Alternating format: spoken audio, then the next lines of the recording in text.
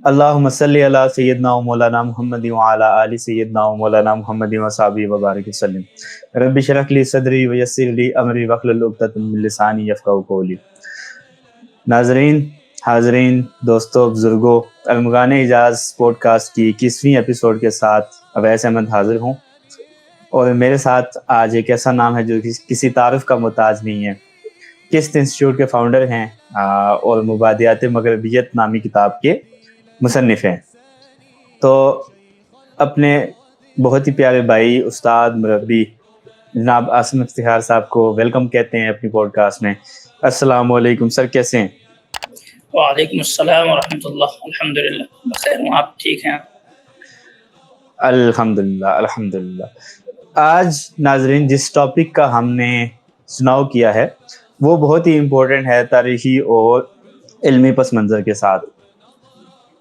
اللہ پاک نے اپنی آخری کتاب کلام الہی قرآن کریم کے نزول کے ساتھ اس کی حفاظت کا وعدہ بھی فرما دیا ہے، لیکن ہم دیکھتے ہیں کہ جب اورینٹلسٹ نے اسلام کی بنیادوں کو ہٹ کرنے کی کوشش کی اور اس میں انہوں نے جو چیدہ اعتراضات اٹھائے، اس میں قرآن کی حفاظت پہ انہوں نے بہت زیادہ انگلیاں اٹھائیں۔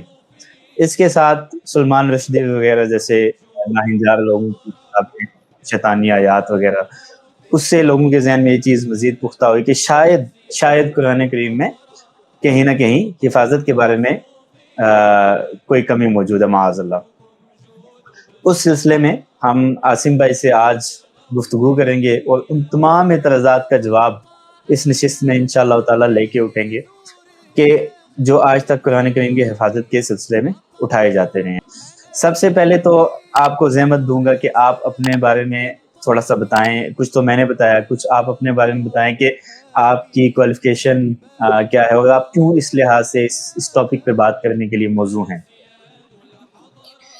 بہت شکریہ، جزاکم اللہ خیرن کہ آپ نے مجھے اس قابل سمجھا اور دعوت دی کہ میں آ کے کچھ چیزیں اس پہ پیش کروں۔ تو جہاں تک میری کوالیفیکیشن کا سوال ہے، تو میں نے بچپن میں نے شروع کی تھی تعلیم اسکول میں، پھر مکتب میں گیا، پھر وہاں سے جو ہے قرآن وغیرہ ناظرہ کیا، پھر حفظ میں نے کیا قرآن، اور پھر میں نے عربی کی تعلیم پائی، اور 2011 تک میں مدرسے میں رہا، حفظ اور عربی کی تعلیم وغیرہ حاصل کی۔ اس کے بعد 2012 میں J N you Jawahar Lal Nehru university دلی کے اندر ایک مشہور یونیورسٹی ہے، وہاں میں نے گریجویشن میں انرول کیا۔ پھر وہاں سے میں نے پرشین لینگویج اینڈ لٹریچر میں نے گریجویشن کیا اور پھر ماسٹر بھی کیا۔ تو اس طریقے سے 2017 تک میں میرا جو پہلا ماسٹر تھا وہ مکمل ہوا پرشین لینگویج اینڈ لٹریچر میں۔ اس کے بعد پھر میں نے ایک دوسرے یونیورسٹی سے جو حیدرآباد میں ہے، مولانا آزاد نیشنل اردو یونیورسٹی، یہاں سے میں نے پھر سے اپنی تعلیم شروع کی 2019 میں، اور یہاں میں نے اسلامیات میں انرول کیا۔ تو ماسٹر کیا پہلے میں نے اسلامک اسٹڈیز میں، اس کے بعد پھر میں ابھی فی الحال میرا پی ایچ ڈی کا آخری مرحلہ ہے اسلامک اسٹڈیز میں، سبمیشن کے لیے میری پی ایچ ڈی جانے والی۔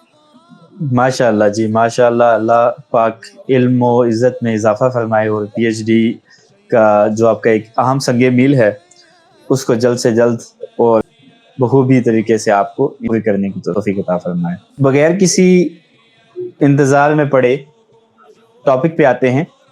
عاصم بھائی، سب سے پہلے تو مجھے یہ بتائیے کہ یہ جو قرآن کریم ہم تک پہنچا ہے وہ ظاہر بات ہے وحی کا حصہ ہے، تو کہ پہلے یہ مناسب ہوگا کہ ہم یہ جان لیں کہ وحی کیا ہے، اس کی ضرورت کیوں آئی، اور پھر وحی کی کتنی اقسام ہیں، اور اگر ایک سے زیادہ اقسام واقعی ہیں تو قرآن کریم وحی کی کس قسم میں سے ہے؟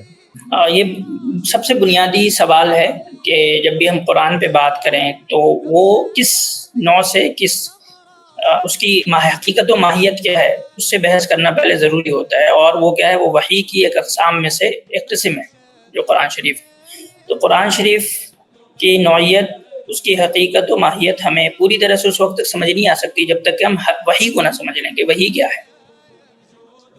تو وحی ایک تو لغت کے اندر عام استعمال میں، قرآن میں بھی جو ہے وہ ایک عام معنی میں آیا ہے، ہم یہاں پہ جو وحی کے متعلق بحث کر رہے ہیں وہ شرعی معنی میں کہ شریعت کے اندر وحی جو ہے وہ کسے کہا جاتا ہے.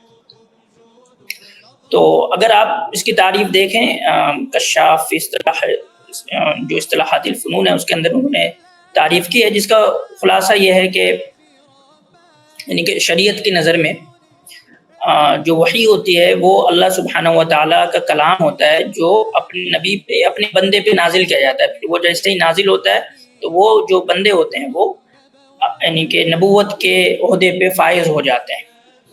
تو گویا کہ یہ اللہ سبحانہ و تعالیٰ کی طرف سے ایک میسج ہے جو وہ اپنے خاص بندوں کو دیتا ہے اور وہ چنتا ہے، اور اس کے اندر کسی کسب کا یعنی کہ انسان کی اپنی کوشش کا کوئی کمال نہیں ہوتا کہ یہ کوئی ایسی چیز ہے کہ انسان اپنی کوشش کے ذریعے جو ہے وہ وحی کا حصول کر سکتا ہے، بلکہ اللہ سبحانہ و تعالیٰ ہی چنتے ہیں کہ وہ کس بندے کے اوپر وحی فرمائیں گے. اب یہ تو ہو گیا کہ وحی گویا کہ اللہ سبحانہ و تعالیٰ اور اللہ کے جو بندے ہیں ان کے درمیان ایک تعلق ہے اور وہ خاص بندوں کے ساتھ ہوتا ہے. اب اگر ہم بات کریں کہ اس کے اقسام کی تو اس کی بہت مختلف قسمیں ہیں جو الگ الگ نام سے جانی جاتی ہے. ایک تو یہ ہے کہ جو وہ نازل ہوتا ہے اللہ سبحانہ و تعالیٰ کی طرف سے تو اس کے اقسام مختلف ہیں، نزول کے اقسام مختلف ہے کہ اللہ سبحانہ و تعالیٰ نے ایک جگہ کہا کہ یا تو وہ حجاب کے پیچھے سے بات یعنی من ورائی حجاب کے پیچھے سے بات ہوتی ہے، یا پھر یہ ہے کہ فرشتہ لے کر آتا ہے. عام طور پہ جو وہی ہے وہ فرشتے لے کر آتے رہے ہیں نبیوں کے پاس. قرآن شریف جو ہے وہ پورا کا پورا حضرت جبرائیل علیہ الصلوۃ والسلام کے ذریعے اللہ کے نبی صلی اللہ علیہ وسلم پر نازل ہوا ہے. یا تیسری چیز یہ طریقہ ہوتا ہے کہ اللہ سبحانہ و تعالیٰ جو ہے وہ القاء کر دیتے ہیں، وہ جیسے کہ ابراہیم علیہ الصلوۃ والسلام کا خواب ہے. تو یہ مختلف طریقے ہیں وحی کے نازل ہونے کے. تو نزول کے اعتبار سے وحی کی یہ مختلف قسمیں ہو گئی. اسی طریقے سے ایک جو دوسری تقسیم کی جاتی ہے وہ اس اعتبار سے کہ وہ وحی کیا تلاوت کی جائے گی یا نہیں کی جائے گی، کہ اس کو ہم اس طریقے سے جس طریقے سے کوئی ایک خاص چیز کو پڑھا جاتا ہے اس طریقے سے ہم پڑھیں گے یا نہیں پڑھیں گے. تو اس کو کہتے ہیں وحی متلو. اور ایک جو جس کی تلاوت نہیں ہوتی نماز وغیرہ میں یا کسی خاص عبادات کے اندر، اس کو کہتے ہیں وحی غیر متلو. تو یہ ایک دوسری تقسیم ہے نماز میں پڑھنے کے اعتبار سے وحی متلو اور وحی غیر متلو کی. تو اس طریقے سے ہم دیکھتے ہیں کہ وحی کی جو ہے وہ مختلف اقسام ہیں. اب اگر بات کریں ہم کہ قرآن جو ہے وہ کس قسم سے ہے، تو پہلے کیٹیگری میں جو ہم نے پہلی تقسیم کی تھی نزول کے اعتبار سے، اس میں قرآن اس کیٹیگری میں آئے گا جس کو فرشتے لے کر آتے ہیں. تو پورا کا پورا قرآن شریف جو ہے وہ فرشتے کے ذریعے نبی علیہ الصلوۃ والسلام پہ نازل ہوا. تو قرآن شریف جو ہے وہ وحی متلو کی قسم ہے. قرآن شریف کی تلاوت کی جاتی ہے نماز کے اندر، یا اسے ایک خاص طرح سے اس کو جو ہے اس کی تلاوت ہوتی ہے، جیسے حدیث کی نہیں ہوتی. حدیث بھی وہی ہے لیکن وہ وحی غیر متلو ہے کہ ہم اس کی تلاوت نہیں کرتے قرآن شریف میں. صحیح. اچھا، یہ تو آپ نے بتا دیا مطلوع کے حوالے سے. وہی غیر مطلوع میں کیا اس کی مثال ہم لے سکتے ہیں؟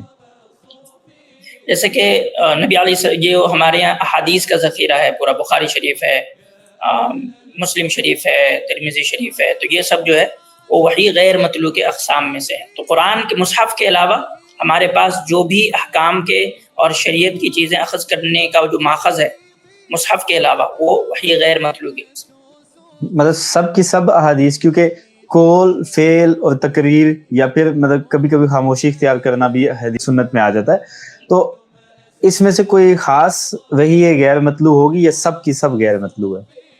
مصحف کے علاوہ قرآن شریف جو ہمارے پاس ہے وہ مصحف کے علاوہ وہ سب کی سب جو ہے وہ وحی ہے غیر مطلوع ہے. اسی طریقے سے قرآن کی ایک قسم جس کا حکم باقی ہے اور اس کی تلاوت منسوخ ہو گئی ہے. جی اس پہ آئیں گے انشاءاللہ تعالی. ہاں وہ سوال الگ سے ہے. وحی غیر مطلوع کی قسم میں ہے وہ. صحیح ہو گیا. اچھا، اس کی دلیل ہم یہ لے سکتے ہیں کہ یہ میں اپنے نالج کے لیے پوچھ رہا ہوں کہ جیسے سورہ نجم میں آتا ہے کہ یہ نبی اپنے آپ سے کچھ نہیں بولتے، وما ینطق بالہویٰ. ہاں ہاں، تو یہ وہی ہے غیر مطلوب کی دلیل ہم یہ لے سکتے ہیں، یہ آیت قرآن کریم کی آیات. یہ آیت جو ہے وہ وحی کو مطلق طور پہ بیان کرتا ہے، مطلب اس کے اندر وحی مطلوع اور وحی غیر مطلوع دونوں شامل ہے اس آیت میں. کہ وہی کی ضرورت کیوں پیش آئی، وہ ضروری کیوں ہے ہماری زندگی میں، ہماری زندگی میں اس کی کیا اہمیت ہے؟ جو وحی ہے سب سے پہلے تو یہ سمجھنا ہے کہ انسان ہے کیا اور انسان کے علم کے ذرائع کیا ہیں. تو ہم دیکھتے ہیں کہ انسان جو ہے وہ ایک حادث ہے، یعنی کہ انسان کو اپنے وجود کا احساس ایک حادث کے طور پہ ہے، ایک مخلوق کے طور پہ ہے. حادث سے مراد یہ کہ کوئی ایک جی کوئی چیز ایک خاص ٹائم پیریڈ پہ سٹارٹ ہوئی، اس کی کوئی ابتدا ہے. جی عدم سے وجود میں آنا، یعنی کہ پہلے وہ تھا نہیں اور پھر وہ وجود میں آیا، تو یہ حادث ہے نا، جس کا ایک بگننگ ہو. تو ہم اپنے آپ کو دیکھتے ہیں، اپنے وجود کو دیکھتے ہیں کہ ہمیں پتہ ہے کہ میرا وجود جو ہے وہ ایک خاص وقت سے مجھے پتہ ہے اپنے وجود کے بارے میں، تو میرا وجود حادث ہے. اب پھر میں اپنے آس پاس دیکھتا ہوں، مشاہدہ کرتا ہوں چیزوں کو، تو میں اپنے مشاہدے سے بہت ساری چیزوں کو جان لیتا ہوں. مثال کے طور پہ میں ابھی آپ کو دیکھ رہا ہوں، آپ کے پیچھے کچھ کتابیں ہیں، اس کو میں اپنی آنکھ سے دیکھ رہا ہوں، تو میں اس کا مشاہدہ کر پا رہا ہوں، سمجھ پا رہا ہوں کچھ چیز ہے وہاں، اس کے رنگ کو ہے نا، اس کی موٹائی کو میں دیکھ پا رہا ہوں وغیرہ. تو یہ مشاہدے سے ہے. لیکن میں مشاہدے سے یہ نہیں پتہ کر پا رہا ہوں کہ مجھے اس کا کوئی رائٹر نہیں دکھ رہا. ابھی جو کتاب ہے پیچھے اس کا کوئی رائٹر نہیں دکھ رہا، لیکن میں عقل سے مجھے پتا ہے کہ اگر یہ کتاب ہے تو اس کا کوئی نہ کوئی ایک مصنف ہوگا جس نے اس کو لکھا ہوگا، جس نے اس کو ترتیب دی ہوگی، اس کی تدوین کی ہوگی وغیرہ. یہ کام مجھے عقل سے پتہ چلتا ہے. تو کچھ چیزیں مجھے مشاہدے سے پتہ چلتی ہیں، کچھ چیزیں مجھے عقل سے پتہ چلتی ہیں. تو جب میں اپنے آپ کو پاتا ہوں کہ میں حادث ہوں، تو میرا کوئی ایک محدث ہوگا، مطلب کہ میرا کوئی بنانے والا ہوگا. آسان لفظ میں کہیں تو میں مخلوق، تو میرا ایک خالق ہوگا، مجھے کسی نے بنایا ہوگا. تو جو میرا مالک ہے بطور مخلوق، کیا اب مطلب ذہن میں ایک بات آتی ہے کہ کیا خالق جو ہے وہ مجھ سے کوئی مطالبہ چاہتا ہے یا کچھ اس نے میرے اوپر کوئی ذمہ داری عائد کی ہے؟ ممکن ہے عائد کی بھی ہو اور ممکن ہے عائد نہیں بھی کی ہو، میری کوئی رسپانسبلٹیز ہو بھی، کوئی نہیں بھی ہو. اگر نہیں ہے تو یہ بھی وہی بتائے گا کہ میں بس ایسا ہی پیدا ہو گیا ہوں، مطلب مجھے کسی خاص مقصد کے لیے، کسی خاص رسپانسبلٹیز کے لیے پیدا نہیں کیا گیا، بس یوں ہی میں بس پیدا کر دیا گیا. تو یہ بھی مجھے کب پتہ چلے گا؟ جب جو میرا خالق ہے وہ بتائے. یا اگر میری کوئی ذمہ داری ہے، اگر کوئی میرا ایک مقصد ہے، تو وہ بھی کیسے پتہ چلے گا؟ جو میرا خالق بتائے گا. تو یہ وہ ایک ڈومین ہے جہاں مجھے لگتا ہے کہ جو میرا خالق ہے وہ مجھے بتائے کہ میرا مقصد کیا ہے، میری زندگی کا مقصد کیا ہے، میری تخلیق کا مقصد کیا ہے، میں کون ہوں، میں کیا ہوں، کیوں ہوں میں. اب عقل جو ہے وہ اس چیز کا تقاضا کرتی ہے کہ مجھے اپنے زندگی کا ایک مقصد بتاؤ، اور یہ چیز میں عقل سے پتہ نہیں کر سکتا. مطلب یہ عرض تو ہے عقل کے پاس کہ مجھے ایک مقصد بتاؤ، لیکن وہ مقصد کیا ہے وہ عقل اور حواس خود سے پتہ نہیں کر سکتی. کہ اللہ سبحانہ و تعالیٰ یعنی کہ جو میرا خالق ہے وہ مجھ سے کیا چاہتا ہے، یہ میں عقل سے نہیں پتہ کر سکتا، اور نہ یہ مشاہدے سے پتہ کر سکتا ہوں. یہ صرف اور صرف اللہ کے کلام سے، اللہ کے احکام سے پتہ ہوگا کہ وہ مجھ سے کیا چاہتا ہے. تو میری زندگی کا مقصد، مجھے کیا کرنا ہے، نہیں کرنا ہے، اور میں کون ہوں، کہاں سے آیا ہوں، کہاں جاؤں گا، یہ تمام تفصیلات کے لیے میں وحی کا محتاج ہوں، اور یہ ہر انسان اس کا محتاج ہے. تو خیر و شر کا پیمانہ مجھے وحی سے ملے گا. مجھے اپنی زندگی کا مقصد، میں کہاں سے آیا ہوں، کہاں جانا ہے، یہ سب چیزیں مجھے وحی سے ملیں گی. یہی وجہ ہے کہ دیکھیں کہ آج موجودہ دور میں جو پوری سویلائزیشن ہے، تہذیب ہے، وہ اینٹی مطلب کہہ لیں کہ ریولیشن ہے، کہ وہ وحی کو ایک ضرورت کے طور پہ نہیں لیتی بلکہ اس کی مخالفت کی بات کرتی ہے. تو موجودہ زمانے میں ایک بڑا ٹرینڈ جو ہے وہ بے مقصدیت کا ہے، زندگی میں خالی پن ہے، بے معنی ہے. مطلب لوگ اس تلاش میں ہیں، مطلب اس کے نام پہ بھی اسکیم ہو رہا ہے، اسپریچول اسکیمز ہو رہے ہیں لوگوں کو ان کے زندگی میں معنی پیدا کرنے کے لیے، ان کی زندگی میں مقصد پیدا کرنے کے لیے. اور پھر لوگ جو ہے جب یہ خلا محسوس کرتے ہیں میری زندگی کا مقصد کیا ہے، معنی کیا ہے، وہ پتہ نہیں وہ کن کن کے چکر میں پھر چلے جاتے ہیں اور وہاں اپنا مال بھی گواتے ہیں, اپنا وقت بھی گواتے ہیں, اور جو ان کو حقیقی وحی کا علم ہونا چاہیے, حاصل ہونا چاہیے, وہ نہیں ہو پاتا. تو اس وجہ سے ہم وحی کے محتاج ہیں. صحیح. یہ بات جو آپ نے کی یہ 16 آنے درست ہے کہ اگر میں غلط نہیں ہوں البرٹ کیمس کہتا ہے کہ آپ کبھی بھی زندگی اچھے طریقے سے نہیں جی, وہ ایتھیسٹ ہے, تو کہتا ہے کہ کبھی بھی زندگی اچھے طریقے سے نہیں جی سکتے جب آپ مقصد کی تلاش میں جاؤ گے, آپ انجوائے نہیں کر سکتے. مطلب اس کا یہ ہے کہ زندگی کو انجوائے کرو, یہ بھی جو آپ کے پاس 5 10 15 20 60 سال ہیں اس کو انجوائے کرو, اس کے بعد جو ہے اس کی ٹینشن بھول جاؤ. اسی طرح میری ایک ایتھیسٹ کے ساتھ گفتگو ہو رہی تھی, تو اس نے میں نے کہا کہ تم لوگ زندگی کا مقصد کیسے تلاش کرتے ہو؟ تو کہتا ہے کہ ہم ایک فیک پرپس بناتے ہیں, جو کہ اسپینوزا نے اس کو کیا ہے, یہ آئیڈیا دیا تھا کہ آپ کو ایک فیک پرپس بنانا ہے, وہ جب اچیو ہو جائے تو آپ نے another فیک پرپس بنانا ہے. Purpose it self is an illusion, یہ خالی آپ کے دماغ کا وہ ہے, باقی اس میں کچھ نہیں ہے. تو سبحان اللہ, آپ نے بڑی پیاری بات کی کہ جب تک وہی ہمارے پاس نہیں ہوگی تو اس طرح کے گمراہ کن نظریات اور عقائد جو ایک ڈرامہ چل رہا ہے مغربیت کے ماڈرنزم کے نام پہ, وہ ہماری زندگیوں میں آتا جائے گا. اب آتے ہیں ہمارے اگلے سوال کی طرف کہ قرآن کریم محفوظ کیوں ہے, اس کی حفاظت کی ہمارے پاس دلیل کیا ہے, ثبوت کیا ہے, اور یہ لازمی کیوں ہے کہ وہ محفوظ ہو؟ یہ بہت اہم سوال ہے. اس کو سمجھنے سے آئی تھنک کہ جو کرسچینٹی ہے یا دوسرے مذاہب ہیں اس سے جو ہے وہ بہت ساری چیزیں کلیئر ہو جاتی ہیں کہ ان کا منہج کیا ہے, ان سے بات بھی کیسے کرنی ہے. تو قرآن شریف محفوظ کیوں ہے, اور یہ سوال ہے کہ یہ محفوظ کیوں ہونا چاہیے. تو ابھی جیسے بتایا کہ وہی میری ایک ضرورت ہے, خدا پہ یہ واجب نہیں ہے, خدا کی یہ ضرورت نہیں ہے کہ وہ وہی بھیجے, یہ میری ضرورت ہے کہ مجھے وہی چاہیے. میری زندگی کا مقصد کیا ہے, میرا جو خالق ہے وہ مجھ سے کیا چاہتا ہے, وہ مجھے کس چیز پہ سزا دے گا, مجھے کس چیز پہ جزا دے گا, میں کون سا عمل ہے جس سے میں اس کے انعام کا مستحق ہوں گا, اور وہ کون سا عمل ہے جس سے میں اس کے سزا کا مستحق ہوگا, یہ مجھے وحی سے پتہ چلے گا. اب وحی تو مجھ پہ نازل ہو نہیں رہی, اور آپ پہ بھی نہیں ہو رہی, لوگوں پہ بھی نہیں ہو رہی. وہ تو اللہ سبحانہ و تعالیٰ جیسے ہمیں وحی کی تعریف میں دے گا کہ کسی ایک بندے کو مخصوص کرتے ہیں اور پھر اس پہ وحی بھیجتے ہیں, اور وہ کسبی چیز نہیں ہوتی, مطلب کہ وہ کوئی ایسی چیز نہیں ہوتی کہ ہم اس کو اپنی محنت سے جو ہے حاصل کر لیں. وہ تو اللہ سبحانہ و تعالیٰ کا ایک فضل اور عنایت ہوتا ہے. اب ہے کہ وحی تو آئی نہیں سب انسانوں پہ, تو مجھ تک وحی محفوظ پہنچے تبھی تو میں کہوں گا کہ خدا کا کلام مجھ تک پہنچا ہے. اگر وہ کرپٹڈ ورژن میں مجھ تک پہنچا ہے تو مجھے پتہ ہی نہیں ہے کہ اس میں خدا کا کلام کیا ہے اور خدا کا کلام کیا نہیں ہے.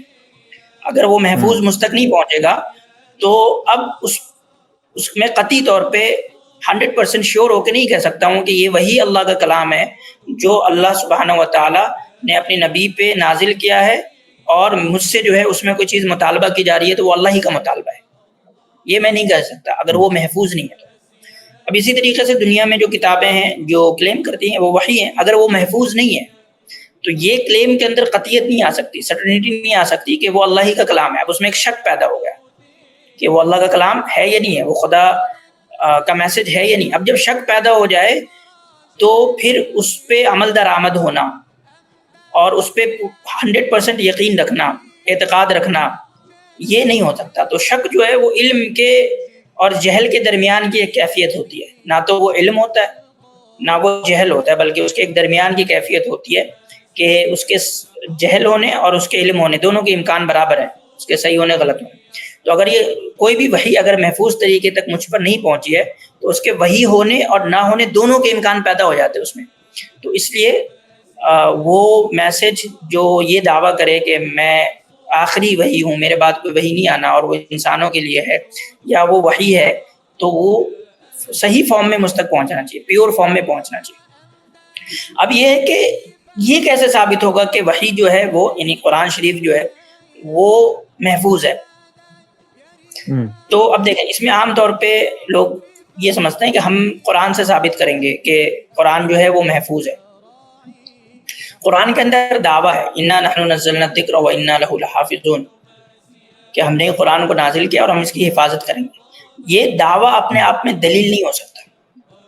یہ بات ہے, یعنی کہ دلیل ہمیشہ دعوے سے خارج کہیں باہر ہوتا ہے. وہ دعویٰ ہی دلیل نہیں ہوتا. ایسا کہ میں کہوں کہ میں سچا انسان ہوں تو میرا اپنے آپ کو سچا کہنا میرے سچے ہونے کی دلیل نہیں ہو سکتی، بلکہ کہیں خارج میں میری دلیل ہوگی کہ میں سچا ہوں یا نہیں ہوں. کہ کوئی دوسرا آدمی گواہی دے آپ کو، ہاں یہ زندگی میں سچ بولتا ہے، اس کو میں نے جھوٹ بولتے ہوئے نہیں پایا وغیرہ وغیرہ.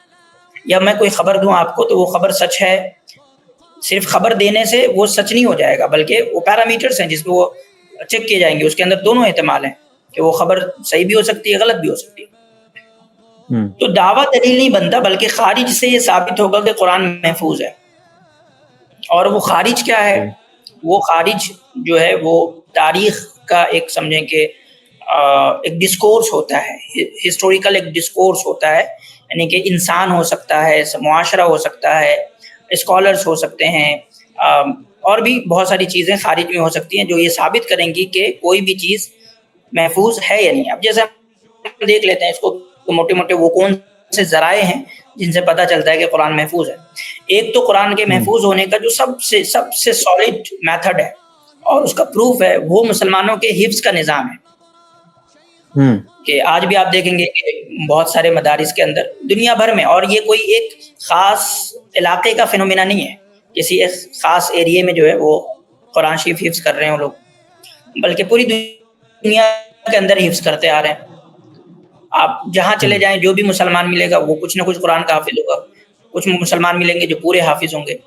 اور یہ چیز صرف حفظ کرنے تک نہیں ہے، بلکہ اللہ سبحانہ و تعالیٰ نے اس کو نماز کے اندر بھی ایک پورا کا پورا ایک سسٹم بنا دیا ہے کہ قرآن نماز میں پڑھی جائے گی، تراویح میں پڑھی جائے گی. اور یہ چیزیں صحابہ کے زمانے سے چلی آ رہی ہیں. نبی علیہ الصلوۃ والسلام کے زمانے سے لوگ قرآن شریف پڑھ رہے ہیں. قرآن کے محفوظ ہونے کی جو بہت بدیہی اور کوئی بھی اس کو آبزرو کر سکتا ہے، دیکھ سکتا ہے، ٹیسٹ کر سکتا ہے، وہ یہ ہے کہ ہمارے یہاں قرآن کی حفظ کرنے کا پورا نظام رہا ہے، اور اس کو لوگ نماز میں مستقل روزانہ ہمیشہ 5 وقت، پھر رمضان کے اندر نفل نمازوں میں اس کے علاوہ وہ پڑھتے رہے ہمیشہ سے قرآن شریف. تو ایک تو قرآن کے محفوظ ہونے کی سب سے جو بنیادی تاریخی ثبوت ہے وہ ہمارا یہ نظام ہے. دوسرا جو ہے وہ آپ سمجھیں کہ جو مخطوطات وغیرہ ہیں قرآن کے جو ہمیں ملتے ہیں، جو قرآن کے نسخے ہیں، اور آپ کو قرآن کے نسخے 1 سنچری ہجری کے ملنے شروع ہیں. کچھ قرآن کے نسخے ایسے ہیں جو مکمل نہیں ہیں، کچھ قرآن کے نسخے ہیں جو مکمل ہیں.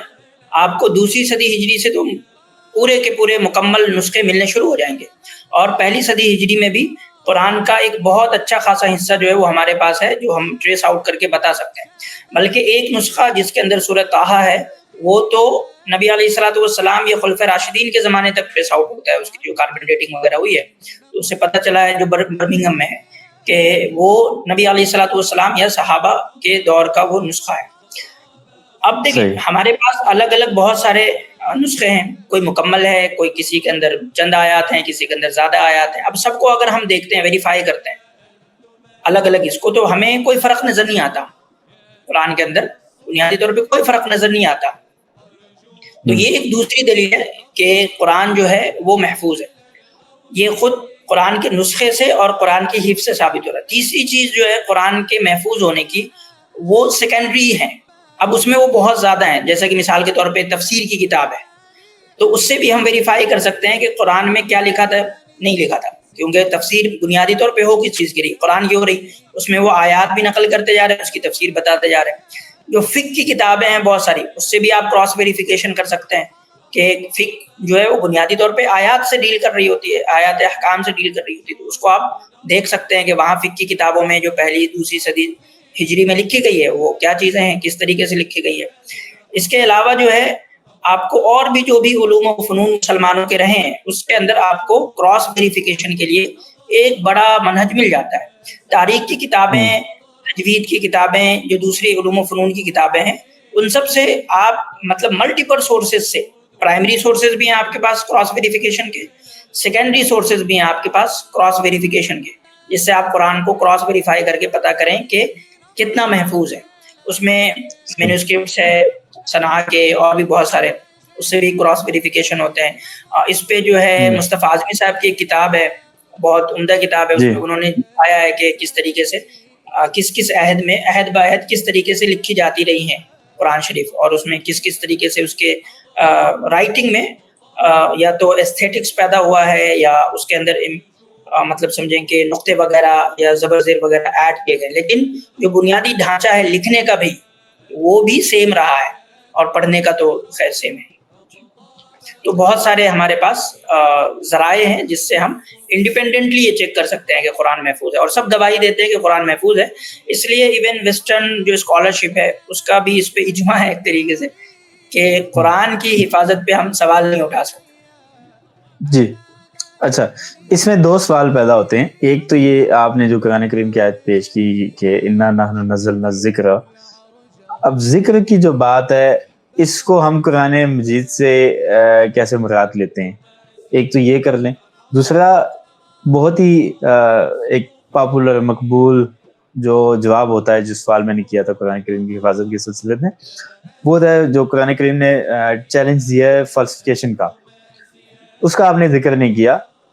فاتو بسورۃ مثلہ، وہ اگر اس پہ تھوڑی سی روشنی ڈال دیں کہ کیا وہ چیلنج جو ہے وہ دلیل کے طور پہ نہیں ہم پریزنٹ کر سکتے، یا کسی نے ایسی ٹرائی کی قرآن کریم کی آیات بنانے کی جو کہ مطلب میرے علم کے مطابق تو یہ چیز بالکل نہیں ہوئی کبھی کسی نے، اسپیشلی عربوں نے جو جن کو اپنی فصاحت و بلاغت پہ ناز تھا، ان لوگوں نے تو نہیں کیا ٹرائی. انہوں نے اس بات کو بالکل مانا کہ ہم اس سے ایسی کوئی چیز نہیں بنا سکتے. تو بعد والوں پہ تو تکیہ کرنا فضول کام ہے. لیکن میں چاہتا ہوں کہ آپ ان دو سوالوں کو تھوڑا تھوڑا ٹچ کریں. ایک تو یہ ہے کہ اب ہم اس بحث میں داخل ہو رہے ہیں جو ذکر والی بحث ہے، وہ معنی مفہوم، یعنی کہ اگر قرآن کے اندر کوئی ایک چیز آئی، کوئی ایک لفظ آیا ہے تو اس لفظ کا معنی کیا ہے، تو وہ ہے متن یعنی ٹیکسٹ اور اس کا جو میننگ ہے، اس کا ریلیشن شپ. تو یہ گویا کہ اسٹیبلش کرنا ہوگا کہ قرآن کے اندر جو لفظ آ رہے ہیں وہ کس میننگ پہ ہے. تو یہ ہمیں صحابہ سے پتہ چلیں گے، یہ تفسیر سے پتہ چلے گا کہ قرآن میں جو کوئی لفظ آیا ہے اس کے کیا معنی ہے اور اس کو کس معنی میں نبی علیہ الصلوۃ والسلام نے بیان کیا، سمجھایا ہے. تو یہ تو ود ان قرآن نہیں ہوگا، یہ بھی قرآن کے بعد نبی علیہ الصلوۃ والسلام کی حدیث میں ملیں گے یا صحابہ کے اقوال میں ملیں گے آپ کو کہ ذکر سے کیا مراد ہے. تو ہم دیکھتے ہیں کہ ذکر سے جو مراد ہے وہ وحی ہے، یعنی کہ قرآن شریف ہی اسے مراد لیا گیا بنیادی طور پہ. بلکہ اس کو ایکسٹینڈ کر کے ذکر کو کچھ لوگوں نے ایکسٹینڈ کر کے یعنی کہ جو وحی غیر مطلوع حدیث ہے اس کو بھی شامل کیا ذکر میں، جیسا کہ ابن حزم وغیرہ ہیں، انہوں نے ذکر کے بیان میں، اس کی تفسیر میں اس کے معنی کا اطلاق حدیث پہ بھی کیا ہے. اور بہت سارے لوگ ہیں جو ذکر کا اطلاق حدیث پہ بھی کرتے ہیں، صرف قرآن پہ نہیں کرتے. جی تو گویا کہ ہمیں پتہ چلا کہ جو ذکر کا جو معنی ہے وہ ہمیں کہاں سے پتہ چلے گا، وہ خود نبی علیہ الصلوۃ والسلام کے بیان سے یا صحابہ مفسرین وغیرہ کے بیان سے پتہ چلے گا. اور دوسرا جو فاتو بصورت مثلی ہے وہ اصل میں قرآن کے محفوظ ہونے یا نہ ہونے سے متعلق نہیں ہے. وہ اصل میں قرآن کی کا جو کیریکٹرسٹکس ہے، اس کا جو اعجاز ہے، اس کا جو معجزہ ہونا ہے، وہ اس کا چیلنج ہے. کہ اگر تمہیں یہ لگتا ہے کہ یہ کتاب انسانی ہے، یہ کتاب خدا کی طرف سے نہیں ہے، اگر تمہارا یہ گمان ہے کہ یہ کتاب، یہ کلام خدا کا نہیں ہے، تو تم بنا کے لا کر دکھاؤ. اگر یہ انسانی ہوگا، اگر یہ خدا مخلوق کا ہوگا، تو مخلوق کا مطلب ہے کہ دوسرا مخلوق بھی قادر ہو سکتا ہے ایک مخلوق کے کلام کی طرح بنانے پر. ہاں، یہ اسی وقت مخلوق قادر نہیں ہو سکتا جبکہ یہ خالق کا کلام ہو، تو پھر مخلوق جو ہے وہ اس پہ قادر نہیں ہو سکتا. تو اس سے ہم قرآن کے حفاظت کا دعویٰ بھی اس میں نہیں آتا، بلکہ اس میں قرآن کے اعجاز کا پہلو ہے.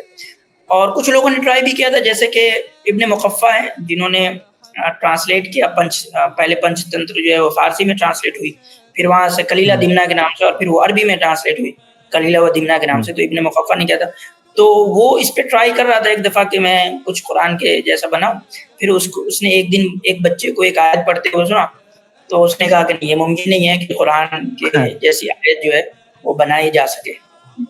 صحیح. اچھا، آپ یہ کہہ رہے ہیں کہ چونکہ اس کے پیچھے جو بنیادی اعتراض تھا وہ یہ تھا کلام انسانی ہے یا کلام خدائی ہے، تو اس وجہ سے قرآن پاک نے یہ جواب دیا کہ اگر تمہیں لگتا ہے کہ انسان کا کلام ہے تو اس طرح کی صورت بنا لو.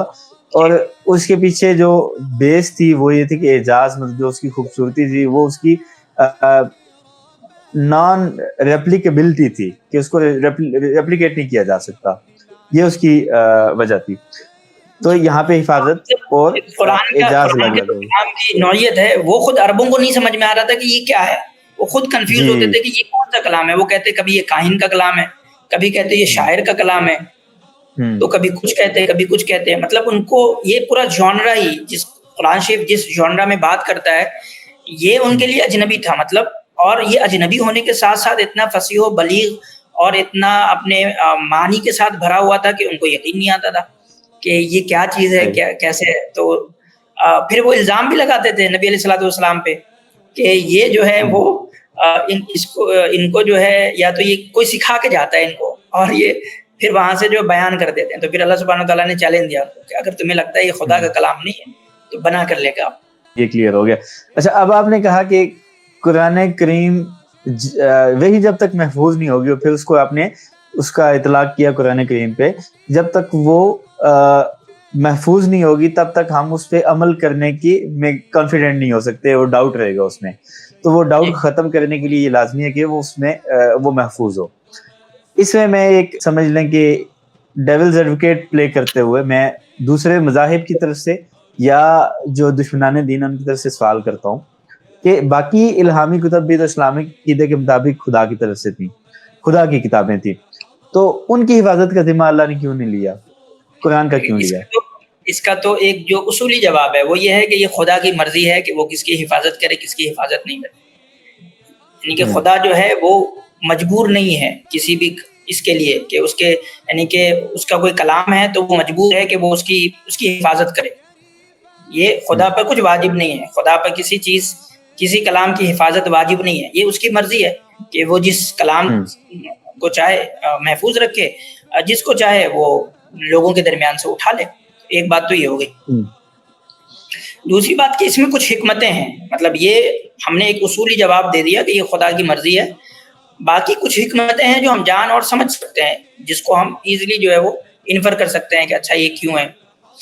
اس میں تو ایک دیکھیں بنیادی چیز کیا ہے کہ جو بھی الہامی کتابیں تھیں جیسے تورات, انجیل, یہ سب کتابیں جو تھیں وہ محدود وقت کے لیے تھی, وہ مخصوص لوگوں کے لیے تھی, مخصوص قوم کے لیے تھی. اب وہ مخصوص قوم اور وہ محدود وقت سمجھیں کہ ختم ہو گیا. اب نبی علیہ الصلوۃ والسلام جب آئے تو اب یہ میسج, اب جو خدا کا دین تھا, کہا گیا کہ اب عالمی سطح پہ ایک ہی ہوگا. وہ مخصوص قوم, الگ الگ قوموں کو جو ہے الگ الگ پیغمبر یا الگ الگ شریعت یا الگ الگ وحی نہیں بھیجی جائے گی, بلکہ اب تمام دنیا کے لیے یہی وحی اور یہی میسج اور یہی شریعت ہے. تو ایک یونیورسلٹی پیدا ہو گئی نبی علیہ الصلوۃ والسلام کی نبوت میں, ان کے میسج میں, جو کہ پہلے کسی میں نہیں تھی. دوسرا یہ کہ اب وہ محدود وقت ختم ہو گیا, جو تورات, انجیل وغیرہ کا تھا وہ ایک وقت تک کے لیے تھا اور وہ وقت ختم ہو گیا. تو اب ہم بظاہر دیکھتے ہیں کہ جو چیز مخصوص قوم یا محدود وقت وغیرہ کے لیے ہو, اس کا آگے تک ایکسٹینڈ کرنا, اس کی حفاظت کا ایک طریقے سے کنفیوزنگ ہو سکتا ہے. وہ یعنی کہ ایک بٹن, یعنی کہ میرے اوپر ایک ایکسٹرا بٹن ہو سکتا ہے کہ میں جو ہے وہ وحی, جیسے ہم نے شروع میں گفتگو کی تھی کہ مجھے خدا مجھ سے کیا چاہتا ہے مجھ سے وحی سے پتہ چلے گا.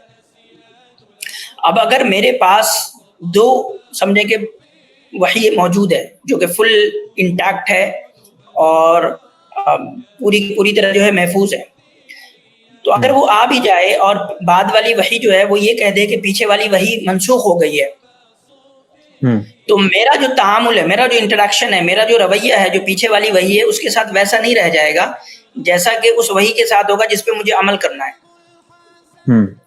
کیونکہ وہ تو میرے لیے مطلب بس ایک تقدس کی زیادہ ایک تقدس کی چیز ہوگی, بس وہ میرے مسائل سے, میرے روزمرہ کی زندگی سے تو اس کا کوئی لینا دینا نہیں ہوگا کیونکہ وہ منسوخ ہو چکی ہے.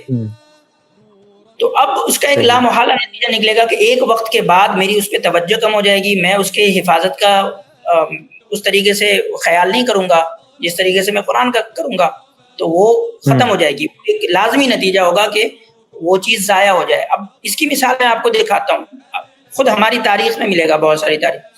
مثال کے طور پہ جو تدوین حدیث کا مسئلہ ہے اس میں آپ دیکھیں گے کہ صحابہ کے زمانے میں کچھ حدیث کی کتابیں لکھی گئی تھی, جیسے عمرو بن عاص رضی اللہ تعالیٰ نے لکھی. اسی طرح ایک صحیفہ ہے, صحیفہ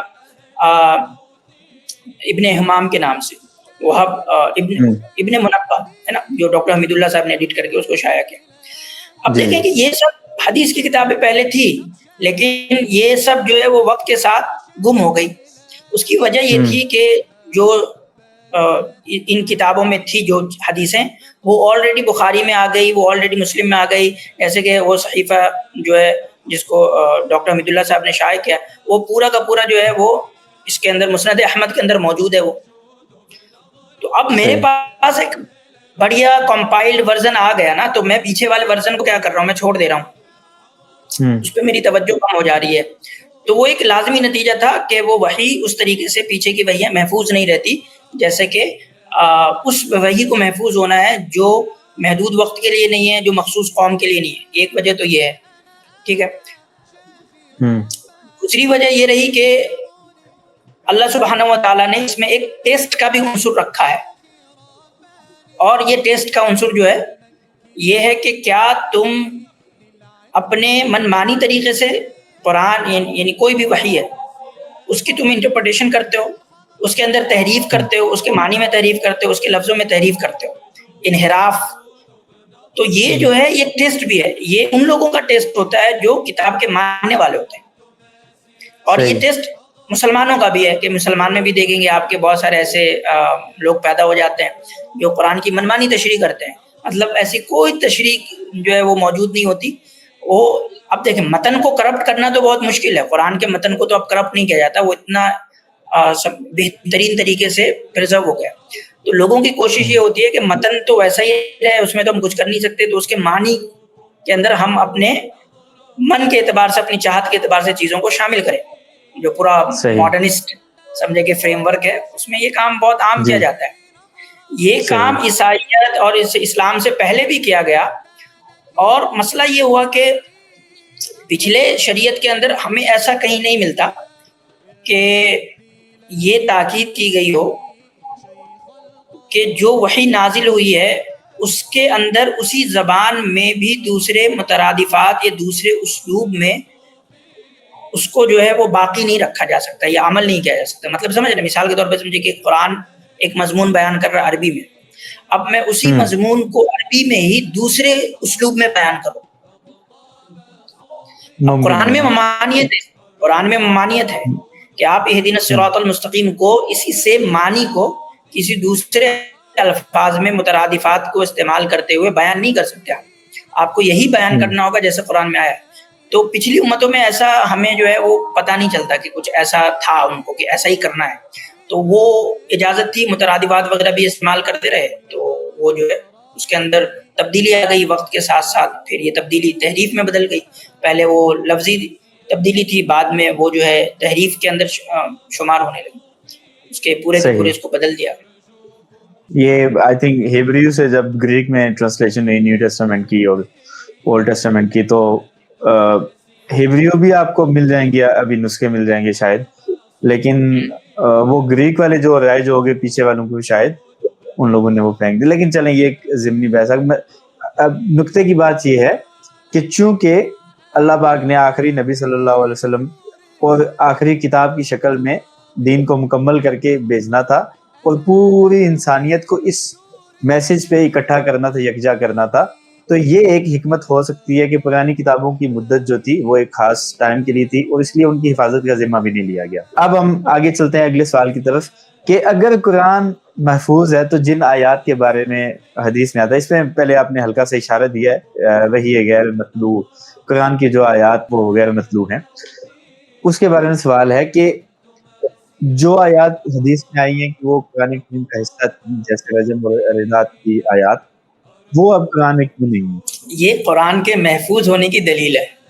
اگر کوئی غیر مسلم جو ہے اس کو بیس بناتا ہے قرآن کے غیر محفوظ ہونے کا, تو اسے پتہ نہیں کہ اصل میں یہ قرآن کے محفوظ ہونے کی دلیل ہے, غیر محفوظ ہونے کی دلیل نہیں ہے. اب وہ کیسے وہ سمجھتے ہیں ہم اس کو کہ محفوظ ہونے کا مطلب کیا ہوتا ہے؟ محفوظ ہونے کا مطلب ہوتا ہے کہ اس کے اندر نہ تو ایڈیشن ہو اور نہ تو اس کے اندر سے کوئی چیز حذف کی جائے, یعنی نہ تو اس میں کوئی چیز شامل کی جائے اور نہ اس میں سے کوئی چیز نکالی جائے. محفوظ ہونے کا مطلب یہ ہوتا ہے. اب جب خود اللہ سبحانہ و تعالیٰ کہہ رہے ہیں کہ ما ننسخ من آیۃ مثلیہا, کہ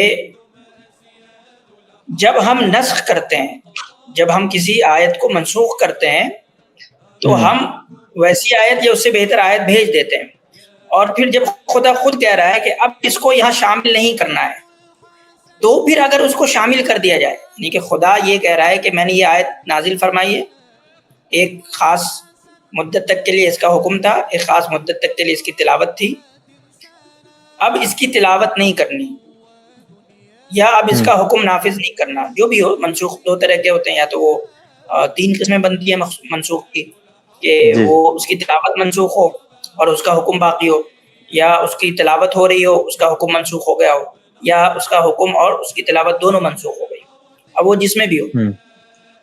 اب اگر خدا یہ کہہ رہا ہے کہ اس کو شامل نہیں کرنا اور اس کو شامل کر دیا جا رہا ہے، تو کہیں گے یہ غیر محفوظ ہے، کیونکہ جس چیز کو ہونا نہیں چاہیے وہ چیز اس میں ایڈڈ ہے۔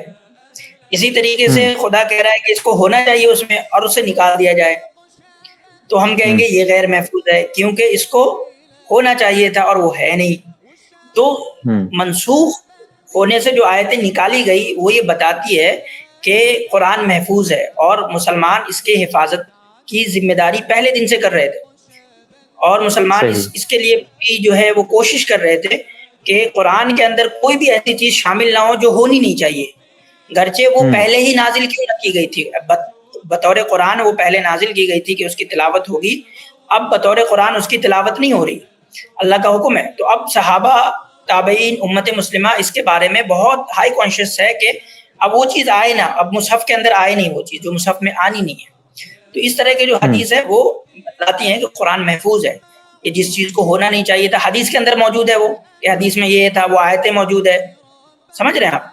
لیکن آج بھی کوئی نیا قرآن چھاپے گا تو حدیث میں ہے کہ وہ قرآن کا حصہ تھی، رضاعت کی آیتیں، تو چلو ہم کیا کرتے ہیں اس کو اب نئے ایڈیشن میں ایڈ کر دیتے ہیں، یہ نہیں کر سکتے۔ تو یہ محفوظ ہونے کی جو ہے وہ دلیل ہے کہ قرآن جو ہے وہ محفوظ ہے۔ صحیح، ٹھیک ہو گیا۔ اگلے سوال کی طرف چلتے ہیں، وہ پچھلے سوال سے ملتا جلتا ہی ہے کہ جو آپ نے شارٹ میں بتا دیے کہ ناسخ اور منسوخ، اس کی میں چاہتا ہوں کہ اس پہ تھوڑی زیادہ روشنی ڈالیں کہ ناسخ اور منسوخ ہے کیا، اور اب اس سے قرآن کی حفاظت پہ ایک طرح کا سوال اٹھ سکتا ہے، ظاہر بات دشمنان دین کے حوالے سے میں بات کر رہا ہوں، تو وہ یہ ہے کہ خدا کو تو سب کچھ معلوم ہے، اب وہ ایک چیز، ٹھیک ہے آپ نے آیت بھی بتا دی کہ وہ جس کو چاہتا ہے، جس آیت کو چاہتا ہے اس کو بدل دیتا ہے بہتر آیت سے یا اس کو منسوخ کر دیتا ہے، لیکن کیا اس پہ یہ نہیں آتا کہ خدا کے علم میں جب تھا تو اس نے پہلی بار پرفیکٹ حکم کیوں نہ اتارا؟ اس پہ جو ہے وہ بحث کی ہے، جیسے کہ علامہ سیوطی وغیرہ نے الاتقان کے اندر، اور بھی لوگوں نے بحث کی ہے کہ جو پہلی کتابیں تھیں، قرآن سے پہلے جو کتاب تھی وہ ایک بارگی نازل ہوتی تھی، جیسے کہ موسیٰ علیہ السلام کے اوپر جو ہے 10 کمانڈمنٹس وغیرہ وہ ایک بارگی نازل ہوتی، لیکن قرآن کا یہ نیچر نہیں ہے کہ وہ ایک بارگی جو ہے وہ اتاری جائے۔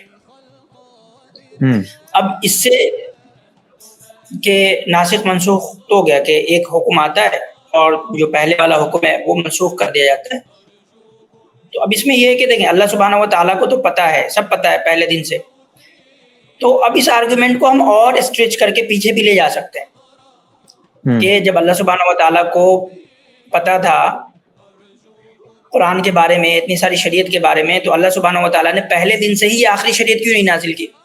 سوال یہ بھی ہو سکتا ہے کہ جب اسی کو آخری شریعت بنانی تھی تو اللہ سبحانہ و تعالیٰ نے اس سے پہلے 1,24,000 انبیاء بھیج کے مختلف شریعتیں کیوں بھیجی؟